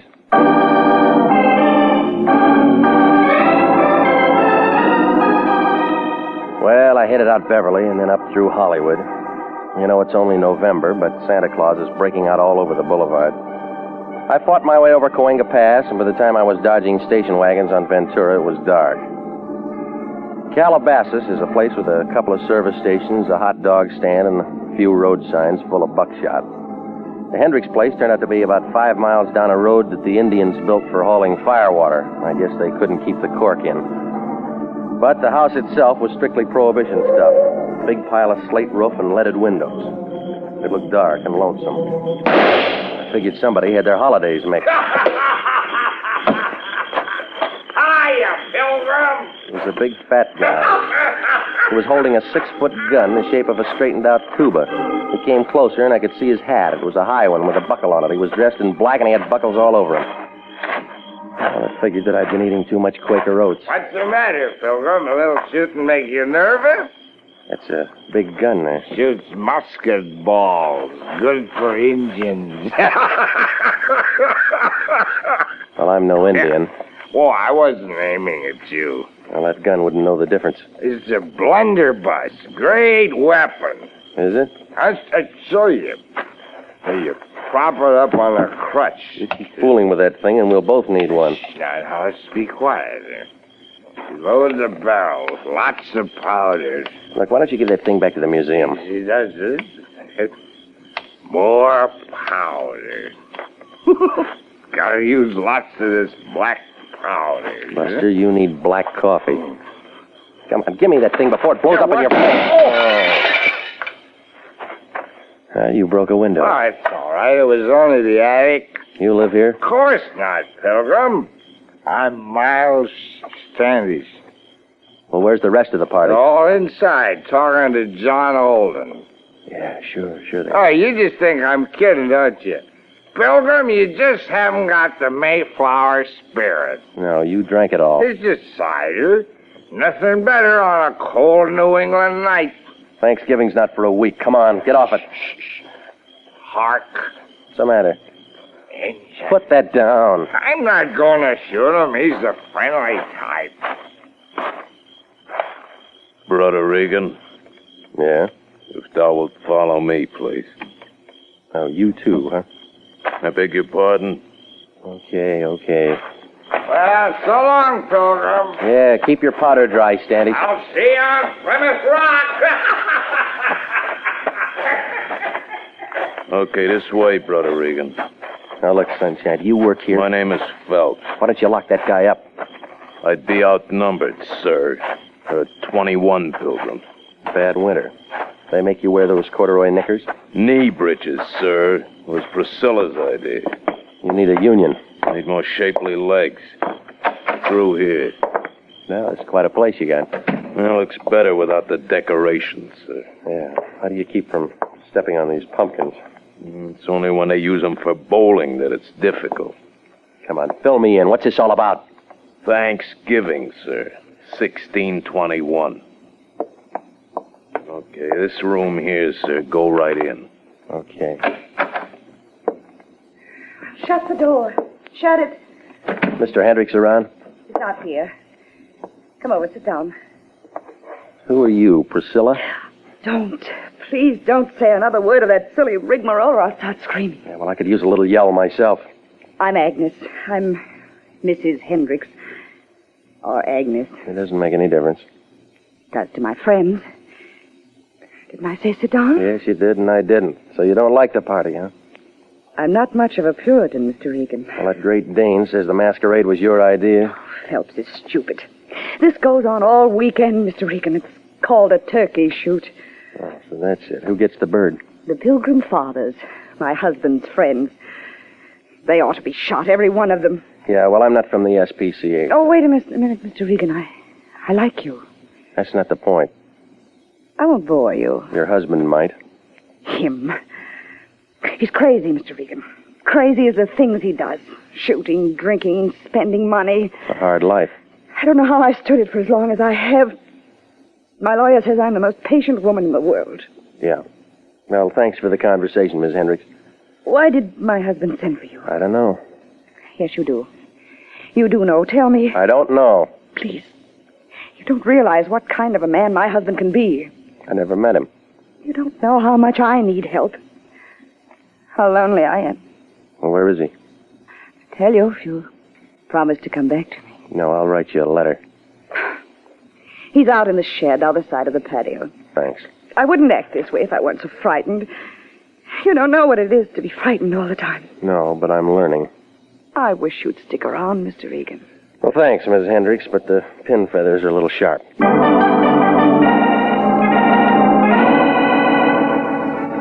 Mrs. Hendricks went back to her worrying, and I wound my way through the house looking for the back entrance. My legs got tired before it finally showed on the other side of the pantry. It poured out into a flagstone patio as big as the Palladium. A walk took me to a shed. It was a two-story redwood place that must have made a loud noise on the cash register, and alongside, fenced in with chicken wire, was a whole population of turkeys. Well, I went into the shed. There was a little round-faced guy with pink skin was leaning over a barrel of cider.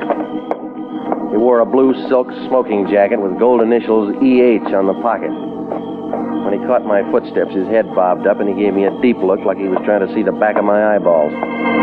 Yes? I'm Regan, International Detective Bureau. Oh, I've been expecting you. I'm Hendricks. Yeah, I know. Why the fireworks? Huh? Oh! Miles Standish and his blunderbuss, huh? Oh, just having fun. It's a party, you know. Big party we're having here. Yeah, well, the neighbors will complain. Ah, neighbors. None for miles around. That's why I like it out here. Have trouble finding me? You ought to put up signs. Signs? Glass of cider, Regan? Care for a glass? I'm not thirsty. Yeah. That's not what it's for. Strong kind. Oh, go on. Thanksgiving soon. Get the spirit. No, I can hold out till Thursday. Suit yourself. Excuse me.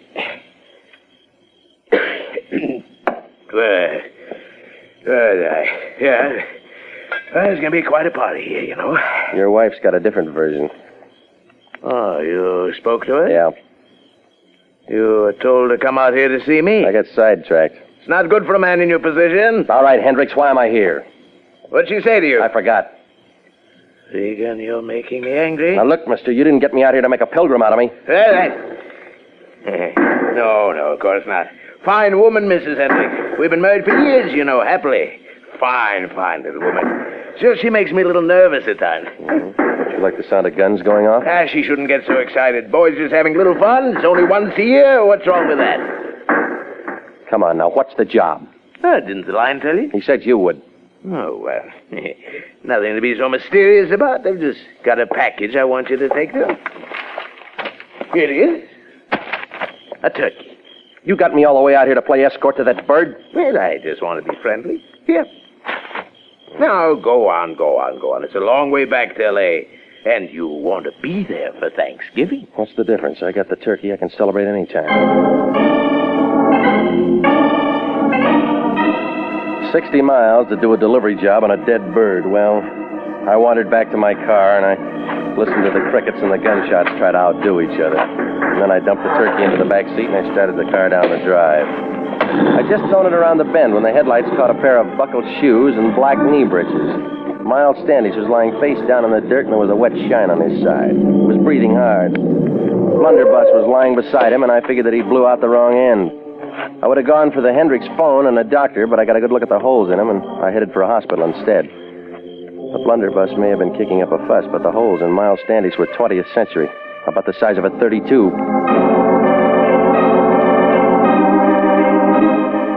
Well, I turned him over to an emergency hospital, and I put a call into the sheriff's office. I gave the story to Lieutenant Robinson, and then I headed back toward town. At the Lyons place, the lights were still on, so I figured he didn't have company. I rapped on the door, and he flung it open before the echo could die away. He had a carving knife in one hand, and he was wearing an apron. His eyes were big, and he had an eager look like a college couple on Mulholland Drive. Regan, you're back. Oh, now that takes a big brain. I've been waiting for you. You know, I had a chance to go to a classy party tonight. Russian caviar and champagne and favors to all the guests. Know why I didn't go? You lost your crash suit, huh? I said to myself, is it fair to go out and have a good time while my employee is working real hard for international detectives? The answer came out yes, but the party was called off. Well, as a matter of fact, it was. But I wouldn't have gone anyway. Where is it? Where's what? The package from Hendricks. Now, you can change your plans, big shot.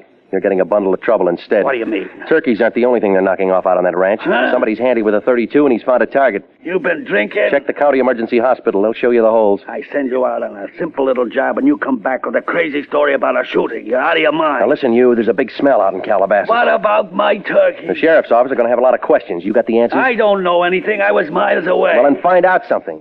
Check into the guy who shot. Find out who he is, what he does, and what he was doing out at Hendricks. Where you going? To scratch around in the Hendricks closet. They tell different stories about their wedded bliss. Hey, Regan. Yeah? Where's my turkey? It's too rich for your blood, Fatso. Stick to chicken.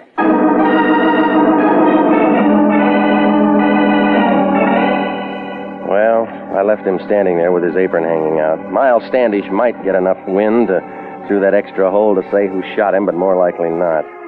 Anyway, with the bucket load he had, he would have sworn it was the last of the Mohicans. But there was an angle to that Hendricks woman, even if it didn't show. So I walked up the street to where my car was nuzzling a lamppost, and the turkey and I were just going to wake up a newspaper office, only something changed my mind. A newspaper. It was wrapped around a bundle, and the bundle was under a guy's arm, and the arm was shutting the door of my car. Good evening, Pop. Hi. Going somewhere? Sure. Find a place to sleep, that's all. Want a cigarette? Say, I don't mind if I do. Thought you was a bull for a minute. You mind if I take two? No, help yourself. My brother smokes too. And not much in the streets these days. Yeah, it's bad all over. Yeah, something ought to be done. No, stick around, Pop. No, Sonny. You give me smokes. I don't hit you for cash. It's a rule I got. I'll make the touch. What's that? What's in the newspaper? Russia. Inside. Funny paper. Yeah, sure. Well, now take it easy, boss. The guy's got a right to his privacy. You weren't sleeping in my car. Oh, so that's it, huh? Yours, huh? Small world, ain't it? Yeah, come on, let's unwrap. No, it's Thanksgiving, Mac. Ain't you heard of Thanksgiving? I'm going to plug my ears. Give. Oh, please, Mac, show me the spirit. Once in my life, both drumsticks. Oh, stop it, you're breaking my heart. I mean it, Mac. Let me have it. I'll break the wishbone for you, Sonny. I will. You ain't got no use for all that meat, have you? Oh, you have, huh? Well, so long, Mac. Hey, wait a minute. Hold it. No, let go of my arm. That was a pretty dance, but you should have changed your shoes. What's that? You didn't get those buckles in the bread line. Oh. Now, come on, change the record. Who are you? That's none of your business. Let go of me. I said talk. I will not. You're from the Hendricks place, aren't you? You're from the... Oh. Thank you, Phelps. That's all right. Got the bird? Sure. Let's go. Yeah. Nighty-night, Pilgrim. You are listening to the story of the Pilgrim's Progress, tonight's adventure with Jeff Regan, investigator. Commissions are still available in the Army Nurse Corps. Graduate registered nurses between the ages of 21 and 45 may qualify for service with this fine organization. If you are interested in joining the Army Nurse Corps and believe you qualify for a commission, apply to the Adjutant General, Washington, D.C. And now, back to Jeff Regan, investigator, and the story of the Pilgrim's Progress.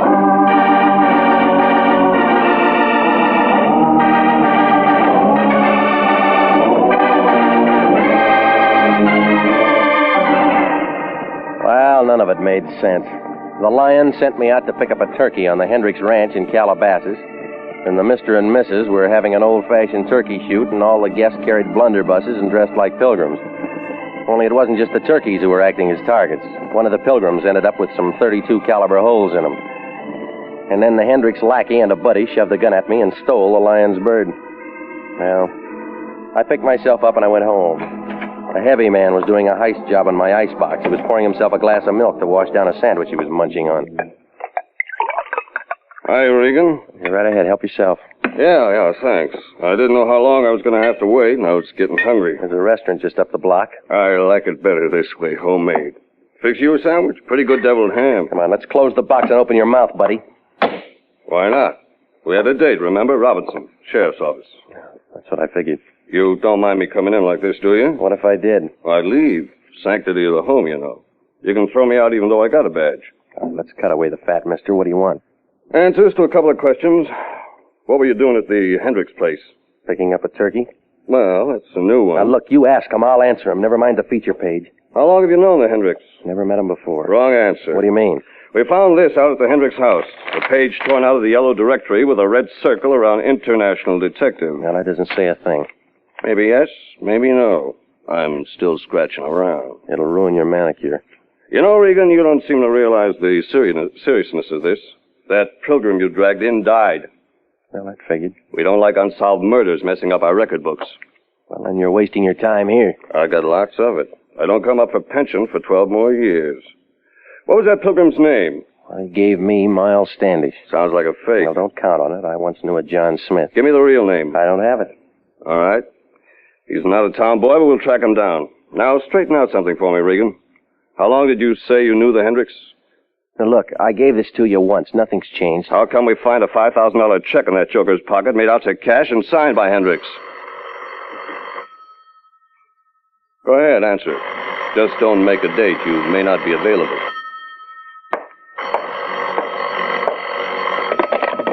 Yeah?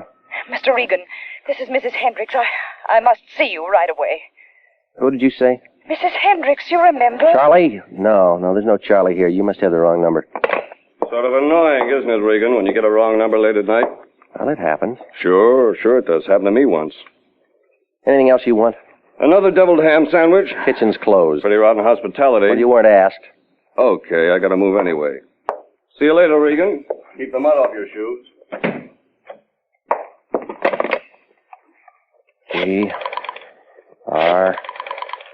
ER3408.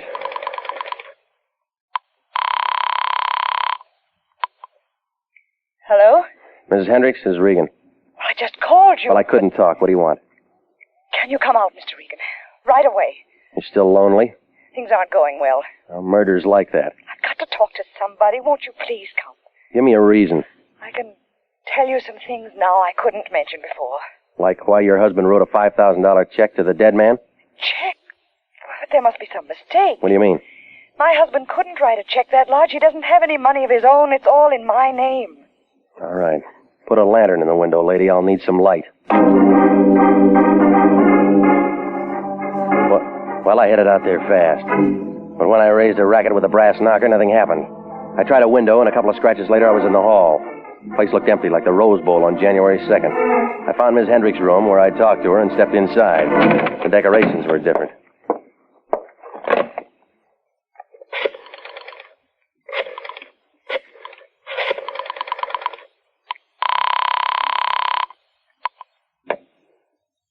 Sheriff's office. Robinson.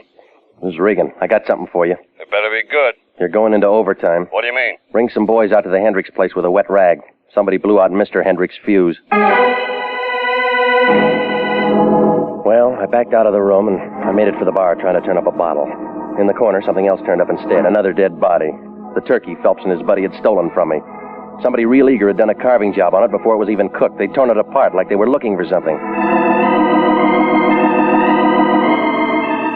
Well, it was morning before the sheriff's boys cleaned up the Hendricks mess and we got back to town. Robinson had a few more questions, but I was still short on the answers. Ballistics had one, though. Same gun did the job on both Miles Standish and Hendricks. And that's all. Homicide was getting places in a hurry. like a snail hauling a piano. Well, the lion was waiting for me outside the sheriff's office, and he pulled me to the side. His eyes were lit up like a pinball machine, and you could tell he'd caught the scent of a greenback. They treat you okay, Regan? Good enough. No rough stuff? Nothing that shows, no. Regan, we're in luck. I've been turning up things. We've been playing the wrong horse. That figures you're good at picking losers. Hendricks is a piker, a social climber. He's a dead one. I'll send him flowers, but I'm telling you, he could only write checks for 5 G's. With a big bounce. Somebody else in this thing can write bigger ones. Well, let me guess who. Mrs. Hendricks, that's who. I tell you, Regan, it pays to keep up your connections. How high can she go? The sky's below sea level. What else you got? Standish is a phony moniker. That's grammar school. Real name Jeffrey Kelly, age 42. He's a wholesale jeweler. He had a little business with Mrs. H. $250,000 worth. That's going to run up his taxes. He can handle it. What did he do for her? I drew a blank, but he deposited her certified check at the bank yesterday morning. Mm-hmm. How does Phelps figure? I don't know. Well, who's the little man in the big overcoat? I can't do everything. You gotta do some work, too. Yeah, sure. Now, find Mrs. Hendricks. Offer her the services of international detective at our usual nominal rate, but don't underplay it. Now, get busy. Where are you going? Home to bed. A man's gotta get some sleep. Well, the time was ticking out, but the game wasn't over yet.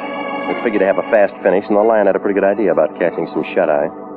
So I moved for the office and to stretch out on the couch. But through the glass, I could see there was a light on. Company was inside. Crestview 2045.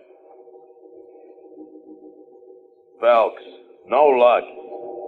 I looked all over. I told you, I tore the place apart. Nothing's here. I'm trying my best. Stop harping. Oh, well, it must be someplace else. Okay, right away. Leave a nickel, Buster. Huh? Oh, Regan. You looking for something? You, Pilgrim. What else?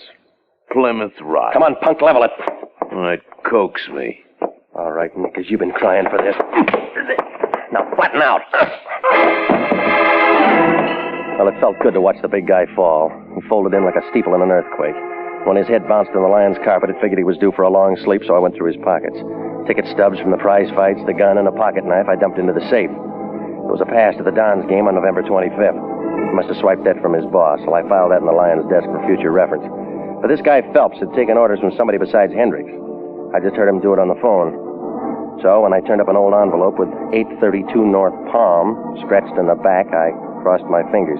He'd been calling a Crestview number, and the phone book said that I had a lead. North Palm was in the Crestview Exchange area.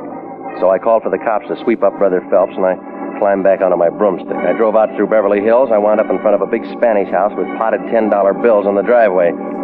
There was a new Nash sticking out of the garage, and I walked around to take a look. But Honest John had beat me to it. Who's there? Now, stick around. I want to talk to you. Stand back. Stand back. You like cars, don't you? Maybe you want a hot rod. No, you don't. Get away from me. Hey. Well, it was the little turkey fan that I'd last seen in an overcoat. Phelps' buddy. He took out of there like a cow in deer season, so I let him go. No license. Well, I took a look around the car he'd been sniffing, but nothing showed except the registration. It said Mrs. Agnes Hendricks. I went to the house and rang the doorbell, and she answered. Oh, it's you. Mr. Regan. All right, I'll ask myself in. Yes, come in. Who are you expecting, John Alden? No, I'm glad to see you. You know, I don't like girls who break dates. Oh, that. Yeah, that's one thing. I couldn't help it. I couldn't wait for you to come all the way to Calabasas. You got impatient on account of a body in the house. You saw him? Yeah, after I tripped over him in your room. I didn't do it. Did I say you did? You've got to believe me. Relax. I look like a jury. You got multiple vision. Oh, Mr. Regan, I was so frightened. I didn't know which way to turn. We've been through all that woman driver routine. You don't like your husband. You wanted to get rid of him. But only in Reno. All right, now let's get back to page 1. You gave 250 G's to a jeweler named Kelly. You bought a rock. What? A rock, Plymouth Rock. It's a diamond. It's got to be. Well, why'd you do it? Who'd you buy it for? Myself. My lawyer said I should get it for myself, that's all.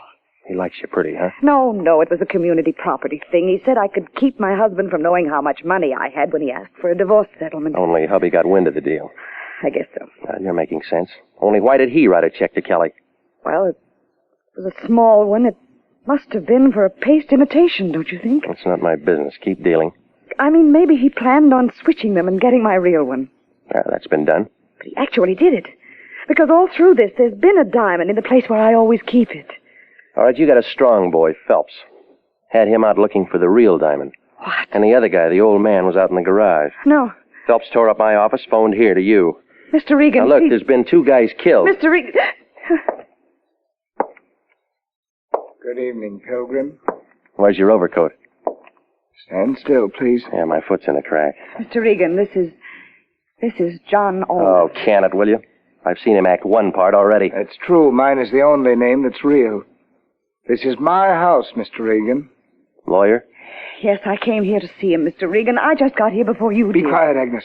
Well, I got it all now. You won't keep it. Phelps took his orders from you. It's a waste of testimony. You started this, spotted the gem switch, figured to cash in. You're losing your chips. Shut up, will you? I got aces. Hendricks outfoxed you. You never found the real diamond. 5 in the hand draws blood. Mr. Alden, don't... Now, you keep out of this, Agnes. She's not in it. You are. That's all, Regan. All right, come on, drop it. Drop it. Go there.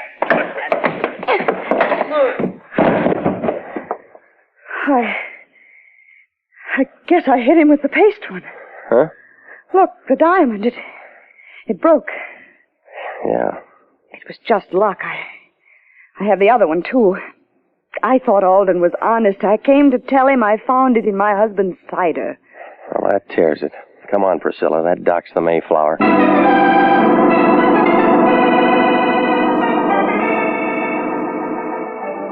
Well, the whole thing folded in like an elephant on a pogo stick. Yeah, the lawyer did it all right, both of them. When he spotted what Hendricks was up to with that diamond switch, he moved in, but not for his client. The jeweler, Miles Standish, alias Kelly, got bumped because he was the only one who could tell the real diamond from a phony. But Hendricks got wise to the muscle act, and so he got shot. Well, the lion was real happy the way it worked out. That dame with the nerves wrote him a check. So he invited me out to Thanksgiving dinner. He offered me any part of the turkey that I wanted. I told him, but I got it anyway.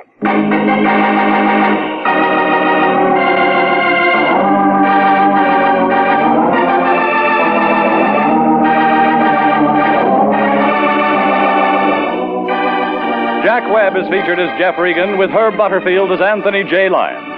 It's CBS at the same time next week for more hard-boiled action and mystery with Jeff Regan, Investigator. Written by Larry Roman and Jackson Gillis, produced by Sterling Tracy. Featured in tonight's story were Mary Lansing, Marvin Miller, Paul Frees, and Paul Dubove. Original music for this program is by Milton Charles. Bob Stevenson speaking. This is CBS, the Columbia Broadcasting System.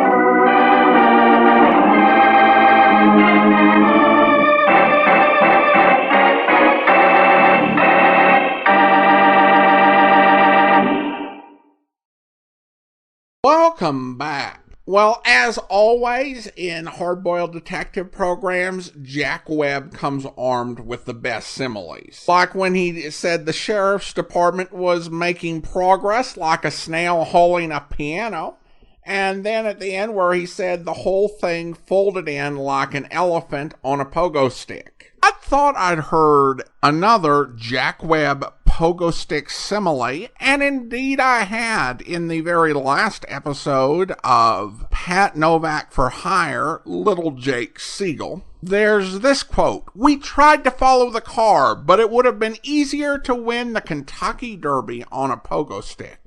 Now, I should hasten to add that those scripts were written by different writers. I think it is a rule, and if you are someone who is interested in writing classic noir stories and you want some funny similes, using pogo stick in the simile will almost automatically make it hilarious. One thing I'll say for Jeff Regan, both the Jack Webb and the later Frank Graham series were both good at making a story fit into a holiday season. And with the whole vintage clothing turkey shoot, that's just perfect. Now, of course, at the center of the story is the story of the courtship of Miles Standish, the great narrative poem by Henry Wadsworth Longfellow.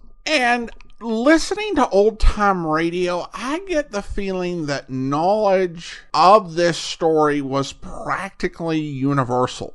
Not only were there many dramatizations of it, but it was referenced constantly in comedy routines, as if everyone listening knew the original story. I wonder to what extent that story is something people are even aware of today. I know my audience trends a bit older than the average podcast listener. I'm not going to go into a detailed telling of it at this point. So the entire summary of the story, I guess, would be that Captain Miles Standish was in love with a woman named Priscilla and asked a pilgrim named John Alden to present his feelings to Priscilla. Meanwhile, John Alden was secretly in love with Priscilla and afraid to reveal that. One thing I will say is that I don't enjoy the more antagonistic relationship between Jeff Regan and the Lion in the Jack Webb version of the series. It's not as extreme as it was with some of the earlier actors to play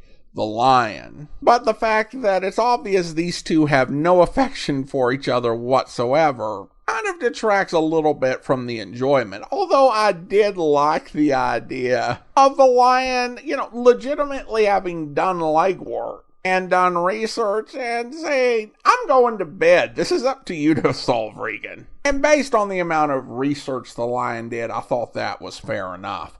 All right, well, now it is time to thank our Patreon supporter of the day. Thank you to Bruce, Patreon supporter since April of 2019, currently supporting the program at the Shamus level of $4 or more per month. Thanks so much for your support, Bruce. That will do it for today. If you're not subscribed to the podcast, I do encourage you to subscribe using your favorite podcast software, whether it's Apple, Spotify, or Amazon Music at amazon.com/OTR Detectives. If you want even more Thanksgiving old-time radio goodness, I do encourage you to subscribe to my other podcast, The Amazing World of Radio, at amazing.greatdetectives.net, where we post a wide variety of different old-time radio programs, including seasonal specials and various old-time radio miniseries.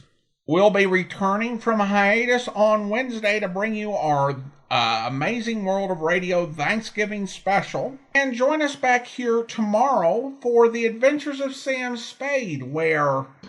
I'm Lorraine Kilcourse, Mr. Spade. It's about my husband, Leonard Kilcourse. Husband?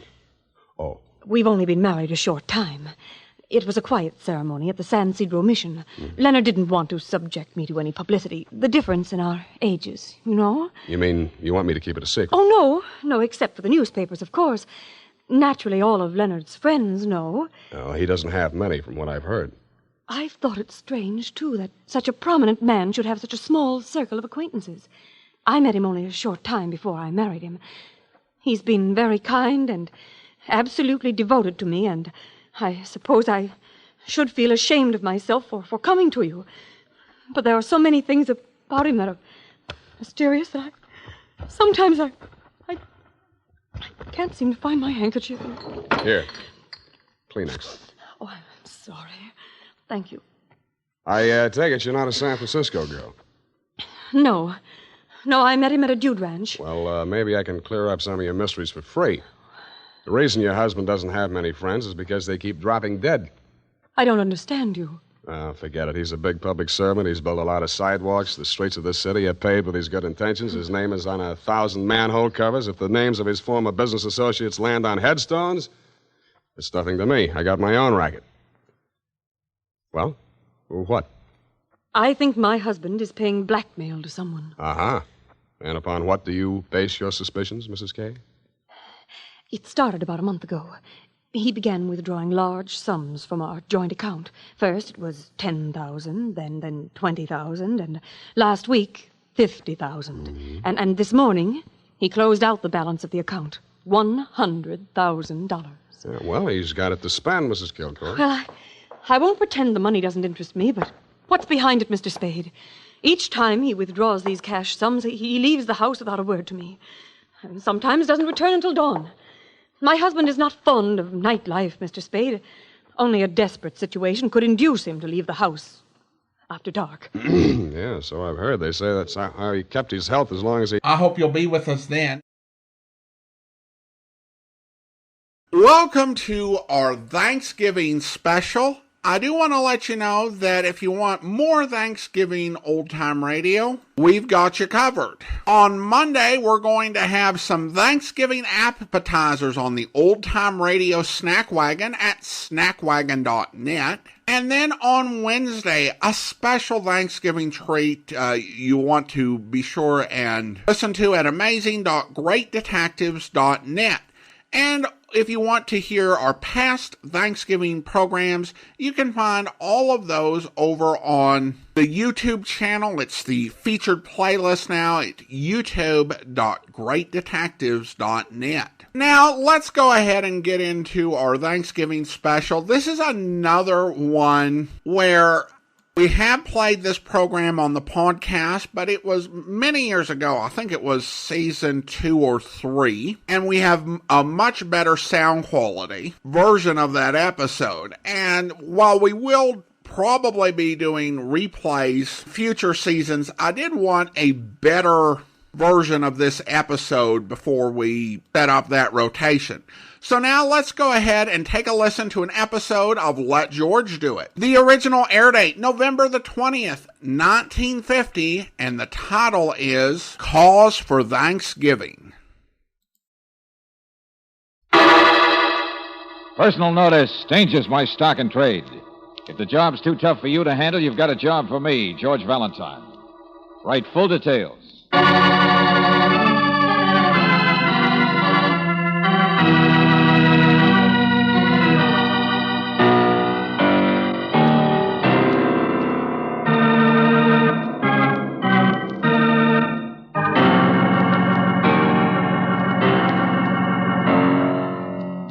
Standard Oil Company of California, on behalf of independent Chevron gas stations and standard stations throughout the West, invites you to Let George Do It.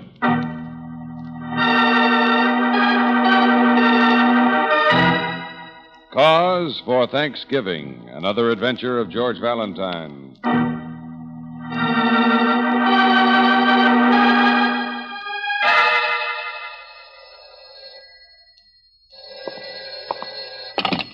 Hello? Yeah, Mr. Valentine. What? Hello? Quiet. I'm 10 years old. Lieutenant Riley, is that you? Well, it's not Tom Turkey. Listen, my friend. You sure it's not? What's that 10-year-old stuff? Hey, you've been jumping the gun on the cranberry sauce? All right. I'll say it straight. I'm phoning on behalf of a little boy 10 years old. Well, that's better. No, it's not. It's worse. Said little boy could no more write you a letter than he could hope to choke. I doubt if he can write. What's the matter? He can't talk either. Huh? You heard me. I said he can't talk. Oh, I don't mean there's anything wrong with him, or maybe there is. I don't know, but look, Valentine, get over here, will you, right away to my house? Well, sure. But I warn you, friend, this little boy never heard of Thanksgiving. If you're going to help him, you'd better bring your brass knuckles.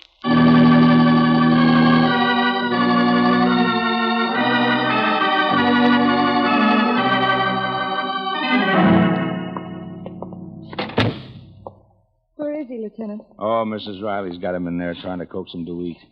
But the only time he'll take a bite is when she's turned her back. Oh, is he? Where'd you get him? One of the boys in my department picked him up early this morning at 3 a.m. on the waterfront, the warehouse lane. Oh, I see.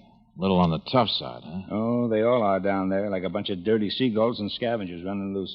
We can't even find out who he belongs to. Maybe nobody. And only 10 years old. Listen, this sergeant of mine in a squad car nearly runs him down. See, the kid was racing across the empty street, not even looking. Well, Mike gets out to help, naturally. The kid wasn't hurt, but he swung on him. He tried to get away, scared to death, and clawed and scratched. And then Mike realized the kid wasn't talking. Not a sound. Now, that's the part I don't get. Clear it up, will you, Riley? Well, Mike couldn't even find out where he lives, so we brought him in. My friends, that boy hasn't spoken one single solitary word since. Hardly a noise out of him. Oh, except maybe to cry a little. Only he stops that when you look at him. But, Lieutenant, he's probably a mute. Oh, 2 doctors were out from juvenile hall to look at him. One of them said the kid's faking, but they both agree there's nothing wrong with his vocal cords. What's the other doctor say? Psychic shock. Oh, you mean he can't talk because of something that happened to him? Well, they're not sure. They say it'll take time to be sure. I've arranged for the hall to take him over to try to find his family, if there is one, to feed him and... But that takes time, like you say, days, weeks. Now you get it, pal, and the doc says it'll help him a lot better if we could work fast. Because the most likely thing is that last night he saw something. Was mixed up in something that scared the blue blazes out of him, and he was running away. A little before 3 a.m. last night, I saw something. Yeah, but what? Nothing happened down there. Nothing was reported. My department can't just go bursting into a... Huh? Well, hello there, Sonny. Hello. You finally ate something, did you? Such big eyes. He listens, but he doesn't listen. Yeah. Come on in here, son. Come on. These are friends of mine, see? Now, wait a minute. Don't jump like that. I'm not going to bite you. Come on in here Skip it, Riley. What time is it? Huh? 1:45, George. Oh, good. Hey, look, kid, how about coming with me? I've got an extra ticket to the big football game. Well, I'll get you to meet Big Mike Marilewski, the All-American. Maybe you can even sit on the bench with the team. Huh? George, he's just more frightened. He's crying. Yeah, you see? You can't get him interested in anything. But a boy in a football game? I think the doctors are... Oh, it's Thanksgiving. I mean, a kid belongs in somebody's home on Thanksgiving. Well, are you going to just sit there, Valentine? I know, Softy. I know. We've got work to do and fast. Come on, Brooksy, take the kid's hand. We're going to go straight at this, at the waterfront.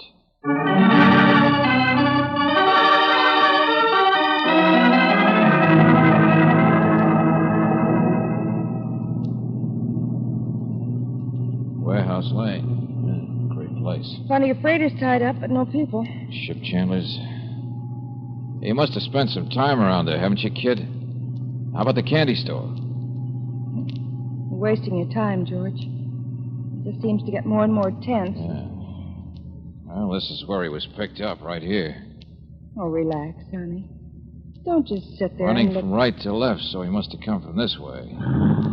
Okay, let's move on a little. Cobblestones by the empty warehouse, huh? George, look at him. It's this direction, all right. George, look out for that boy in the street. He's driving on the right side of the street, jerk nose. Ooh, lovely neighborhood. I wonder if that boy would know anything about our friend here. Hey, that's an idea. Wait a second. Hey, you, Shorty. Oh, you want to argue about it? Yeah, jerk nose. Come here, you. Hey, let go of me. Hey, Shorty. Shorty, wait. George, come here. I'm having an awful time holding. Oh, look, kid, stop it, will you? He wants to run, too, George. Yeah, now easy, that's better. Yeah, he'll get away from us if I try to catch up with that Shorty. Look, Brooksy, look. There's a settlement house over there at Murphy's. You know him. Take the kid over there and wait for me, will you? Sure, George. Maybe they'll know something about him. I doubt it. 3 a.m. last night. But farther out there in the pier is where it happened, whatever it was. So me, I'm going to take it on foot by myself.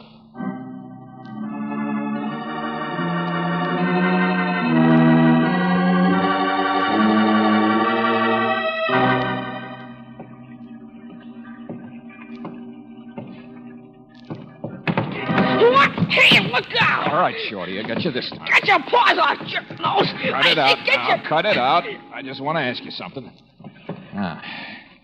You know that other kid I had back in the car there? You know his name? I never seen him before. I ain't done nothing. What's your name? I don't know. Let go. You kids running loose out here by the ships last night? I was up on the moon eating cheese. Let me go. Oh, brother, great tribe, aren't you? Stick together. Never tell anybody anything. Oh, now, look, kid, I'm not a cop or anything. I just want to find... Hang on to him. Hang on to him there. Don't let him loose. Oh, no, you don't, Shorty. I got you. Don't let him loose. There we are. Hold him and let me go through his pockets. Hey, wait a minute there, Skipper. What are you talking Box about? of cigars. Left him out on deck. Stolen. I didn't steal He hasn't got anything. No. He's too big anyway. You're not the one. Not what? Come on, Shorty, get out of here. You're no help. I told you, jerk nose. Yeah. Water rats. Same the world all over. All the same. Good cigars, too. First mate gave them to me, so I'd let him stay uptown. Wait a minute, Skipper. Wait a minute. Were you looking for another kid? No. Yes. Something stolen last night, you mean, huh? During the night? Cigars? No, this afternoon, a few minutes ago. Come up like rats up with the horses. I tell you, it's awful. Marseille, it was my last port. Same thing, same the world over.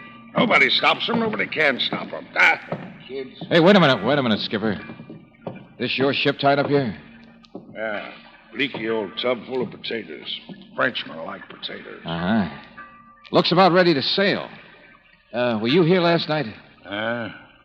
What are you peddling? Dope, punch boards, cheap liquor? No, listen, will you? You have trouble with kids getting aboard, huh? Characters like you in every port, too. Dock loafers. Always got a deal. Sure, I have trouble. Ask the customs pier watchman. Nobody can stop them. You see those big rat guards? Right over them like monkeys. Uh-huh. Did some kids get aboard your ship last night? No. Now stop pestering me. Are you sure? Around 3 a.m.? Fight was on the pier, not the ship. What fight? Oh, ask the pier watchman. He's the one spreading the story. Couple of bums, I guess. I don't know. My old deck watch was sound asleep, of course. You didn't see it? No. Yeah, I don't know. Woke me up. I yelled, shut up, out of my porthole, went back to sleep. Hello there, Skipper. Wait.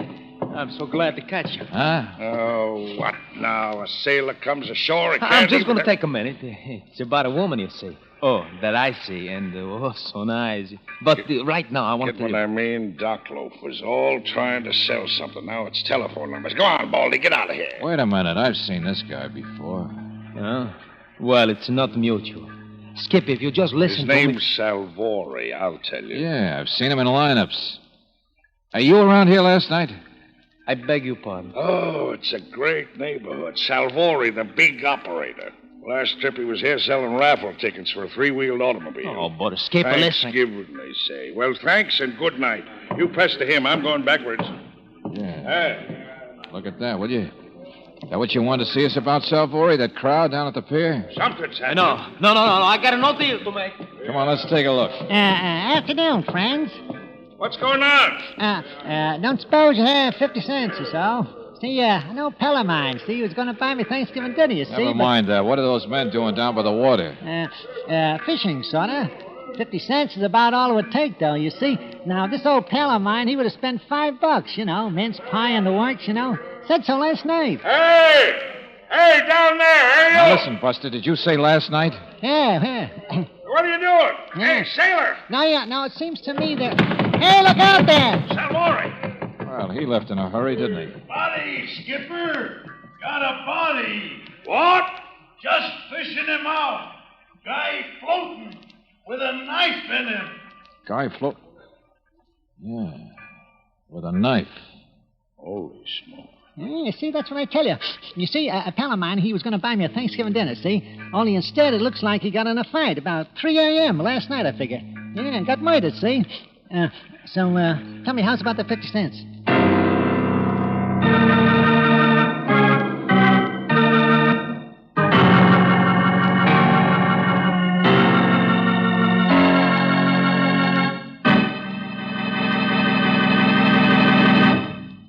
We'll return to tonight's adventure of George Valentine in just a moment. When new RPM motor oil was developed in the laboratory, it was subjected to the most rigidly controlled tests that modern research could devise, and it proved tops, the oil that doubles engine life between major overhauls due to lubrication. The next question was, would it live up to these tests in your car? Tonight you'll hear the answer from the crews of 2 actual test cars in the heart of downtown San Francisco. Following is a special transcription made during the road test period. We switch you to test unit number 1 and research supervisor Carl Watson in San Francisco. We are making rather slow progress heading west along Market Street. Test unit number 2 is behind us in the traffic. We're driving under the same kind of stop-and-go conditions that you do, the toughest kind on engine wear. It's our job to see if new RPM will back up our laboratory findings. I'll switch you now to Research Engineer Bob Burchell in Unit Number 2. He'll tell you about these special cars and the data we are recording from the instruments. Go ahead, Bob. This is Bob Burchell. The engines in this test car and test unit number 1 ahead of us are both equipped with irradiated piston rings, just like those in our laboratory test engine. They also have Geiger counters attached so that we can hear and record wear as it actually takes place. We are making a comparison test. Test Unit 1 is using new RPM, but in this car we have a well-known conventional oil in the crankcase. It is one of the best premium type oils. Naturally, I can't reveal its brand name. Now I'll hold the microphone closer to the Geiger counter, which detects minute particles of metal as they wear off the irradiated piston ring. Hear that rapid clicking? That means a comparatively high rate of engine wear. Now I'll switch you back to Carl Watson for a comparison with new RPM motor oil. Number 1. This is Watson again. You hear that slow click of the Geiger counter? That is an outstanding low wear rate count. It's new RPM under the same condition type oil you heard about a moment ago. Day in and day out, mile after mile, the counters have clicked off the same story. The results we got in the laboratory tests on new RPM motor oil are checking out on the road. Proved in the laboratory, supported in severe road service. That's new RPM motor oil. The oil that cuts in half the wear rate of critical engine parts, doubles engine life between major overhauls due to lubrication. Try it. Sold with a money-back guarantee of satisfaction at independent Chevron gas stations and standard stations, where they say and mean, we take better care of your car.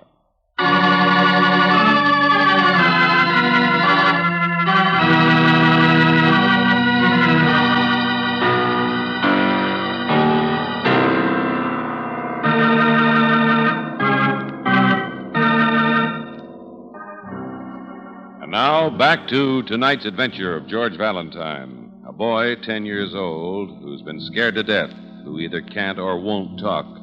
Well, if your name is George Valentine, you begin to understand the reason when you see the neighborhood in which he was picked up by the police. You understand a good deal more when you see that the body of a man has been fished out of the water off the pier. Yes, now it's certainly a case for Lieutenant Riley.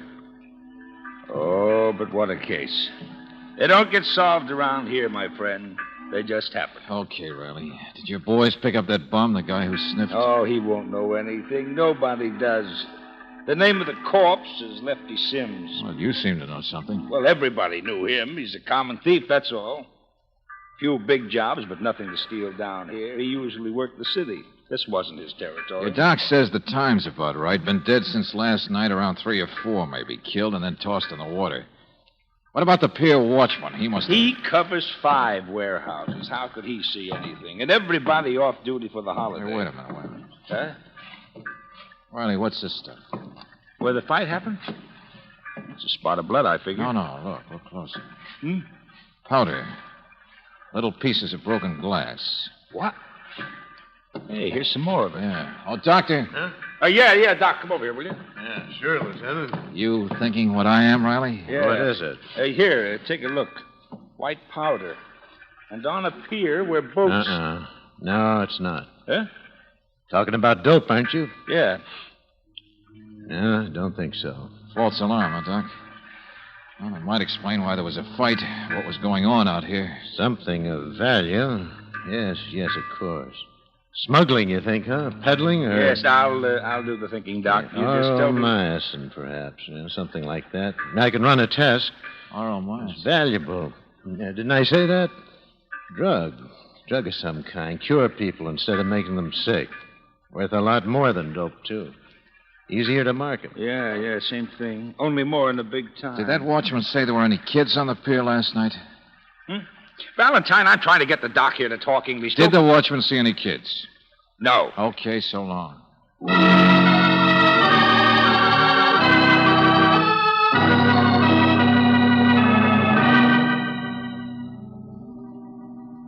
wish I could help you, Miss Brooks. It's all right, Mr. Murphy. Come on, Sonny. The settlement house here is pretty badly undermanned. A cleaning woman will be back tomorrow. She might know something about the boy here. But in this neighborhood... Well, thanks again. Come on, Sonny. Car's parked over this way. Brooksy! Well, it's about time Come on, you got... get out of the street, you and the kid. What? Never mind any place. Here, duck in the alley. What? In this neighborhood, Angel, I don't want to... Who was that? I don't know. Packing crates you can't see. He's gone now. George, what's happened? What's going on? Simple, Brooksy. Nice, simple case. My guess is the kid here was an eyewitness to murder. It'll be a simple case if he isn't murdered.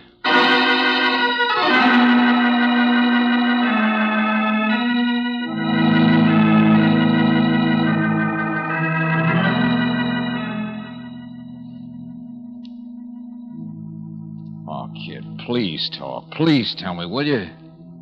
What did you see last night? Look, nobody's going to hurt you. I won't let him.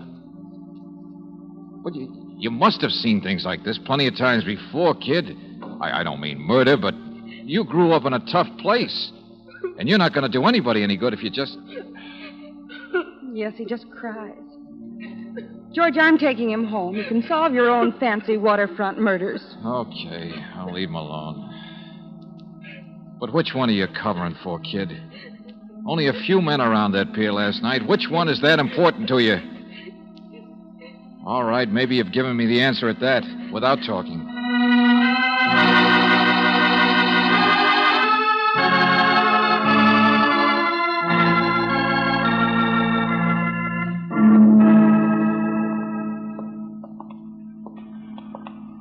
Says you. You admitted you saw your old pal Lefty, didn't you, before he was murdered? I tell you... Come on, Riley, along the deck here. Now, look, I promised me a nice Thanksgiving dinner, you see, Lefty did, see? Come past walking up to the pier and never come back. But didn't he say who he was coming out to meet? Didn't he? Here we are, Riley. Let's go in here. Hey, Skipper, this your cabin? What? Oh, no, mine's forward a ways. It's all right, the owner's cabin. Nobody ever uses it. Just want a place to talk. Already said all I'm going to say. Come on, you two, Skipper.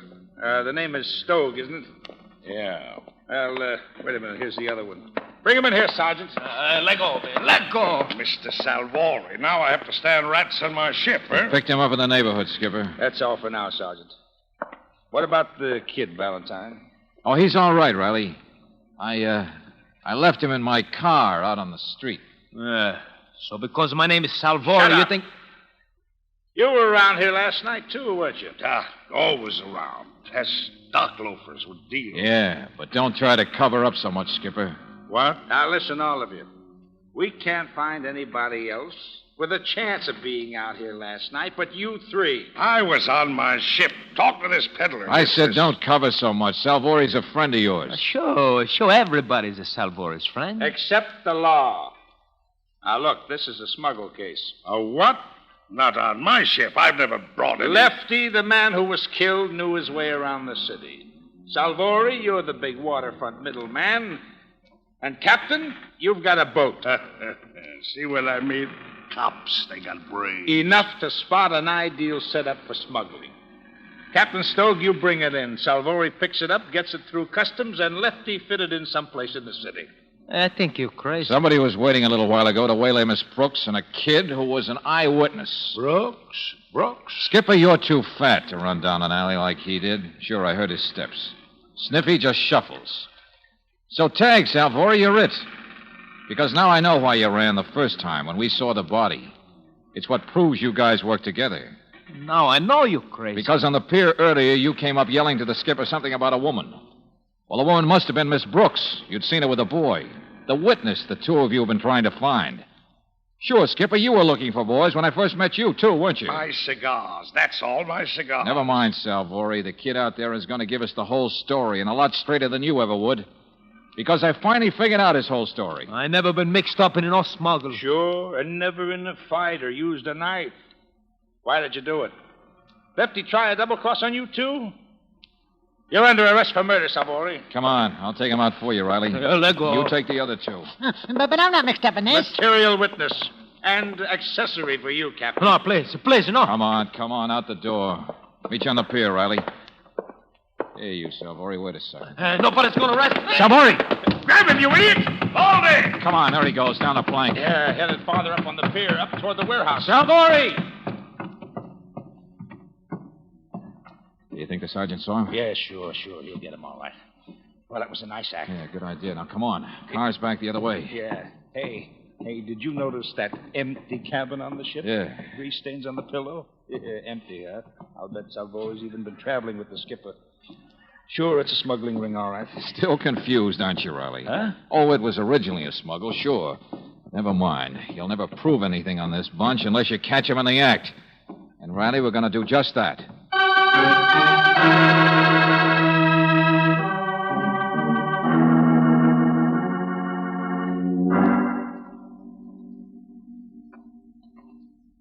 Well, it's the only car in the street. Uh-huh. We're close enough.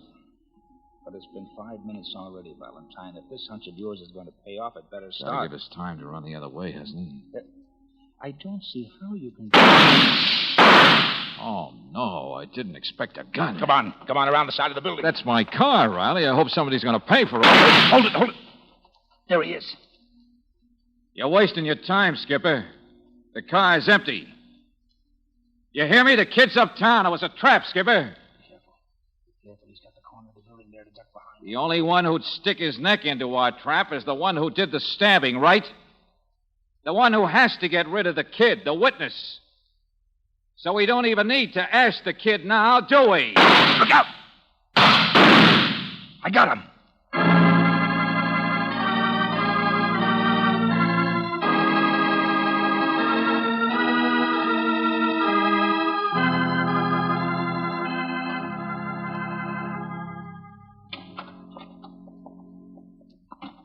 Lieutenant Riley's still at the hospital, George. He says he'll get his confession from Captain Stoke, all right. Keep it down. The kid's in there. I'm trying out a system. We write each other notes. What about the smuggle stuff, those drugs? They searched the ship yet? Yes, they've already found some drugs hidden, but I don't understand.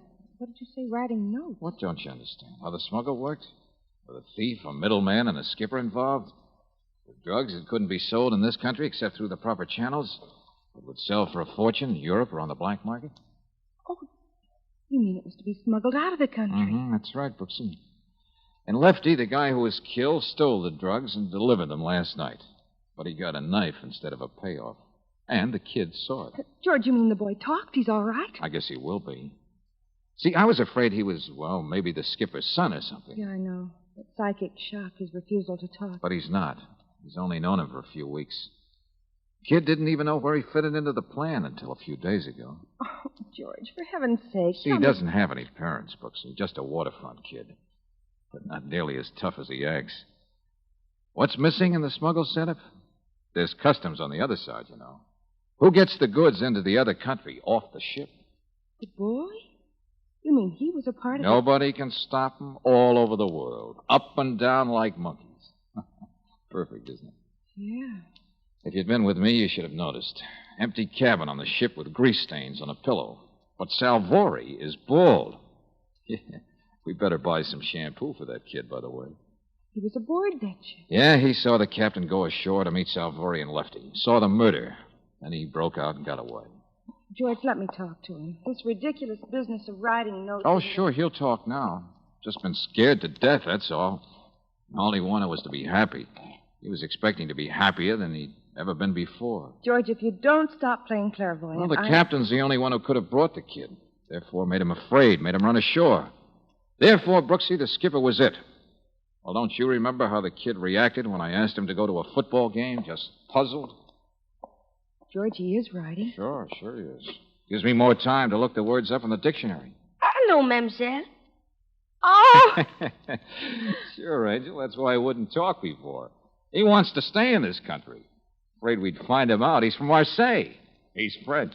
Oui, Marseille. Mais j'aime l'Amérique. Et monsieur, il dit que... Hey! French. Here, give me the pencil. And the dictionary. You think you could stand a turkey dinner, George? Turkey? Oui. You see? One language. Oh, I guess it is Thanksgiving, isn't it? And now we got a pilgrim on our hands, Angel. A hungry little pilgrim.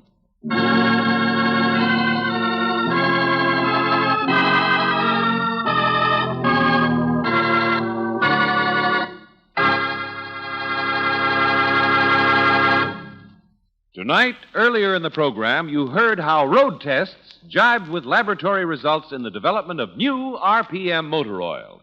You have been taken step by step along the path followed by our scientists in bringing you this new oil years ahead of its time. From the first survey to determine what the ideal motor oil should be, through the ultimate proof in an automobile engine, you've heard the new RPM story firsthand. Now discover it yourself, firsthand. It's sold with a money-back guarantee of satisfaction at standard stations and independent Chevron gas stations, where they say and mean, we take better care of your car.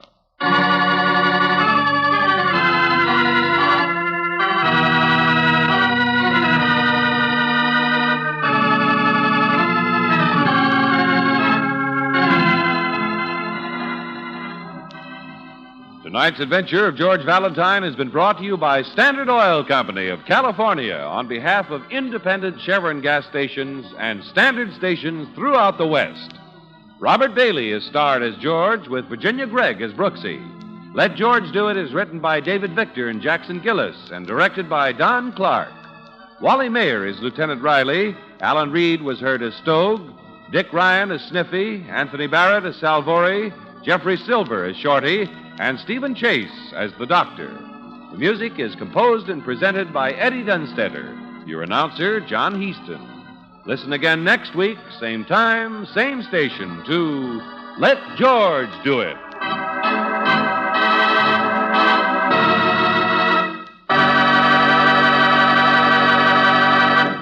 Your community chest helps care for homeless and neglected children in your own neighborhood.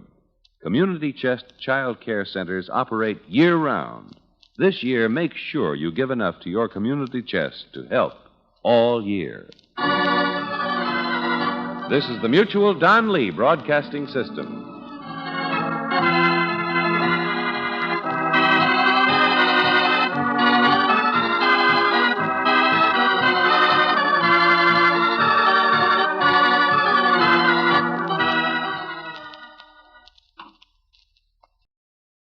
Welcome back. One thing I love about the Let George Do It episodes from before 1951 was Wally Mayer as Lieutenant Riley. Such a great actor.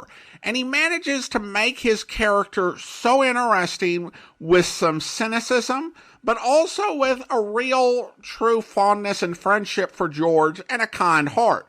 He also has the power to hear and respond to the narrator, as happened at the return from commercial break. Now, in the 21st century, the idea that the only way to make money on the sale of prescription pills was smuggling them out of the country might sound counterintuitive or even naive. However, World War II had created many shortages in Europe that were years being resolved, and that does include medication. The persistence of the black market would make prescription drug smuggling an appealing crime, and even more profitable than any sort of domestic prescription drug abuse. I also really enjoyed the commercial. It was a really neat treat that might have worked better on television, but was still interesting in radio as they described this experiment. I've been thinking about doing a interesting commercials edition of the Old Time Radio Snack Wagon, and this one might actually fit the bill. Overall, I thought this was an enjoyable Thanksgiving special. Unlike some others, it doesn't have heavy-handed uses of turkeys or pilgrims, or even make the Thanksgiving meal the centerpiece of the story. But it does use Thanksgiving as a backdrop and also to provide a nice emotional payoff as well.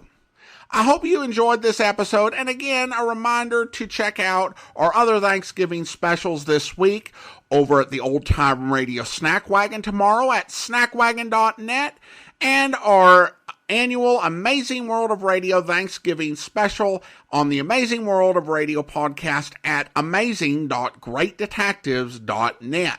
Well, now it's time to thank our Patreon supporter of the day. And I want to go ahead and thank Max. Max has been one of our Patreon supporters since November 2015, currently supporting the podcast at the Detective Sergeant level, of $7.14 or more per month. Again, thank you so much for your support. And that will do it for today. If you are enjoying the podcast, be sure to follow us using your favorite podcast software. A reminder, over on our video theater podcast at videotheater.greatdetectives.net, we have our final new public domain video theater episode of 2023, an episode of U.S. Marshal. We'll be back next Sunday with our Sunday Encore. But join us back here tomorrow for our last episode with Sam Spade for now, as we bring you another adaptation of The Maltese Falcon, where... Spade, come in. I have come in. Oh, yes, so you have. Mr. Spade, tell me, am I to blame for last night? You warned us that Thursby was dangerous. Of course, you lied to us about your sister and all that, but that doesn't count. We didn't believe you. Oh, help me, Mr. Spade. I need help so badly. I've no right to ask you, but I do ask you. Help me. Mm-hmm. You won't need much of anybody's help. You're good. You're awful good. It's chiefly your eyes, I think, and that throb you get into your voice when you say things like, "Help me, Mr. Spade." I hope you'll be with us then. In the meantime, do send your comments to box13@greatdetectives.net. Follow us on Twitter at Radio Detectives and check us out on Instagram. Instagram.com/greatdetectives. From Boise, Idaho, this is your host, Adam Graham, signing off.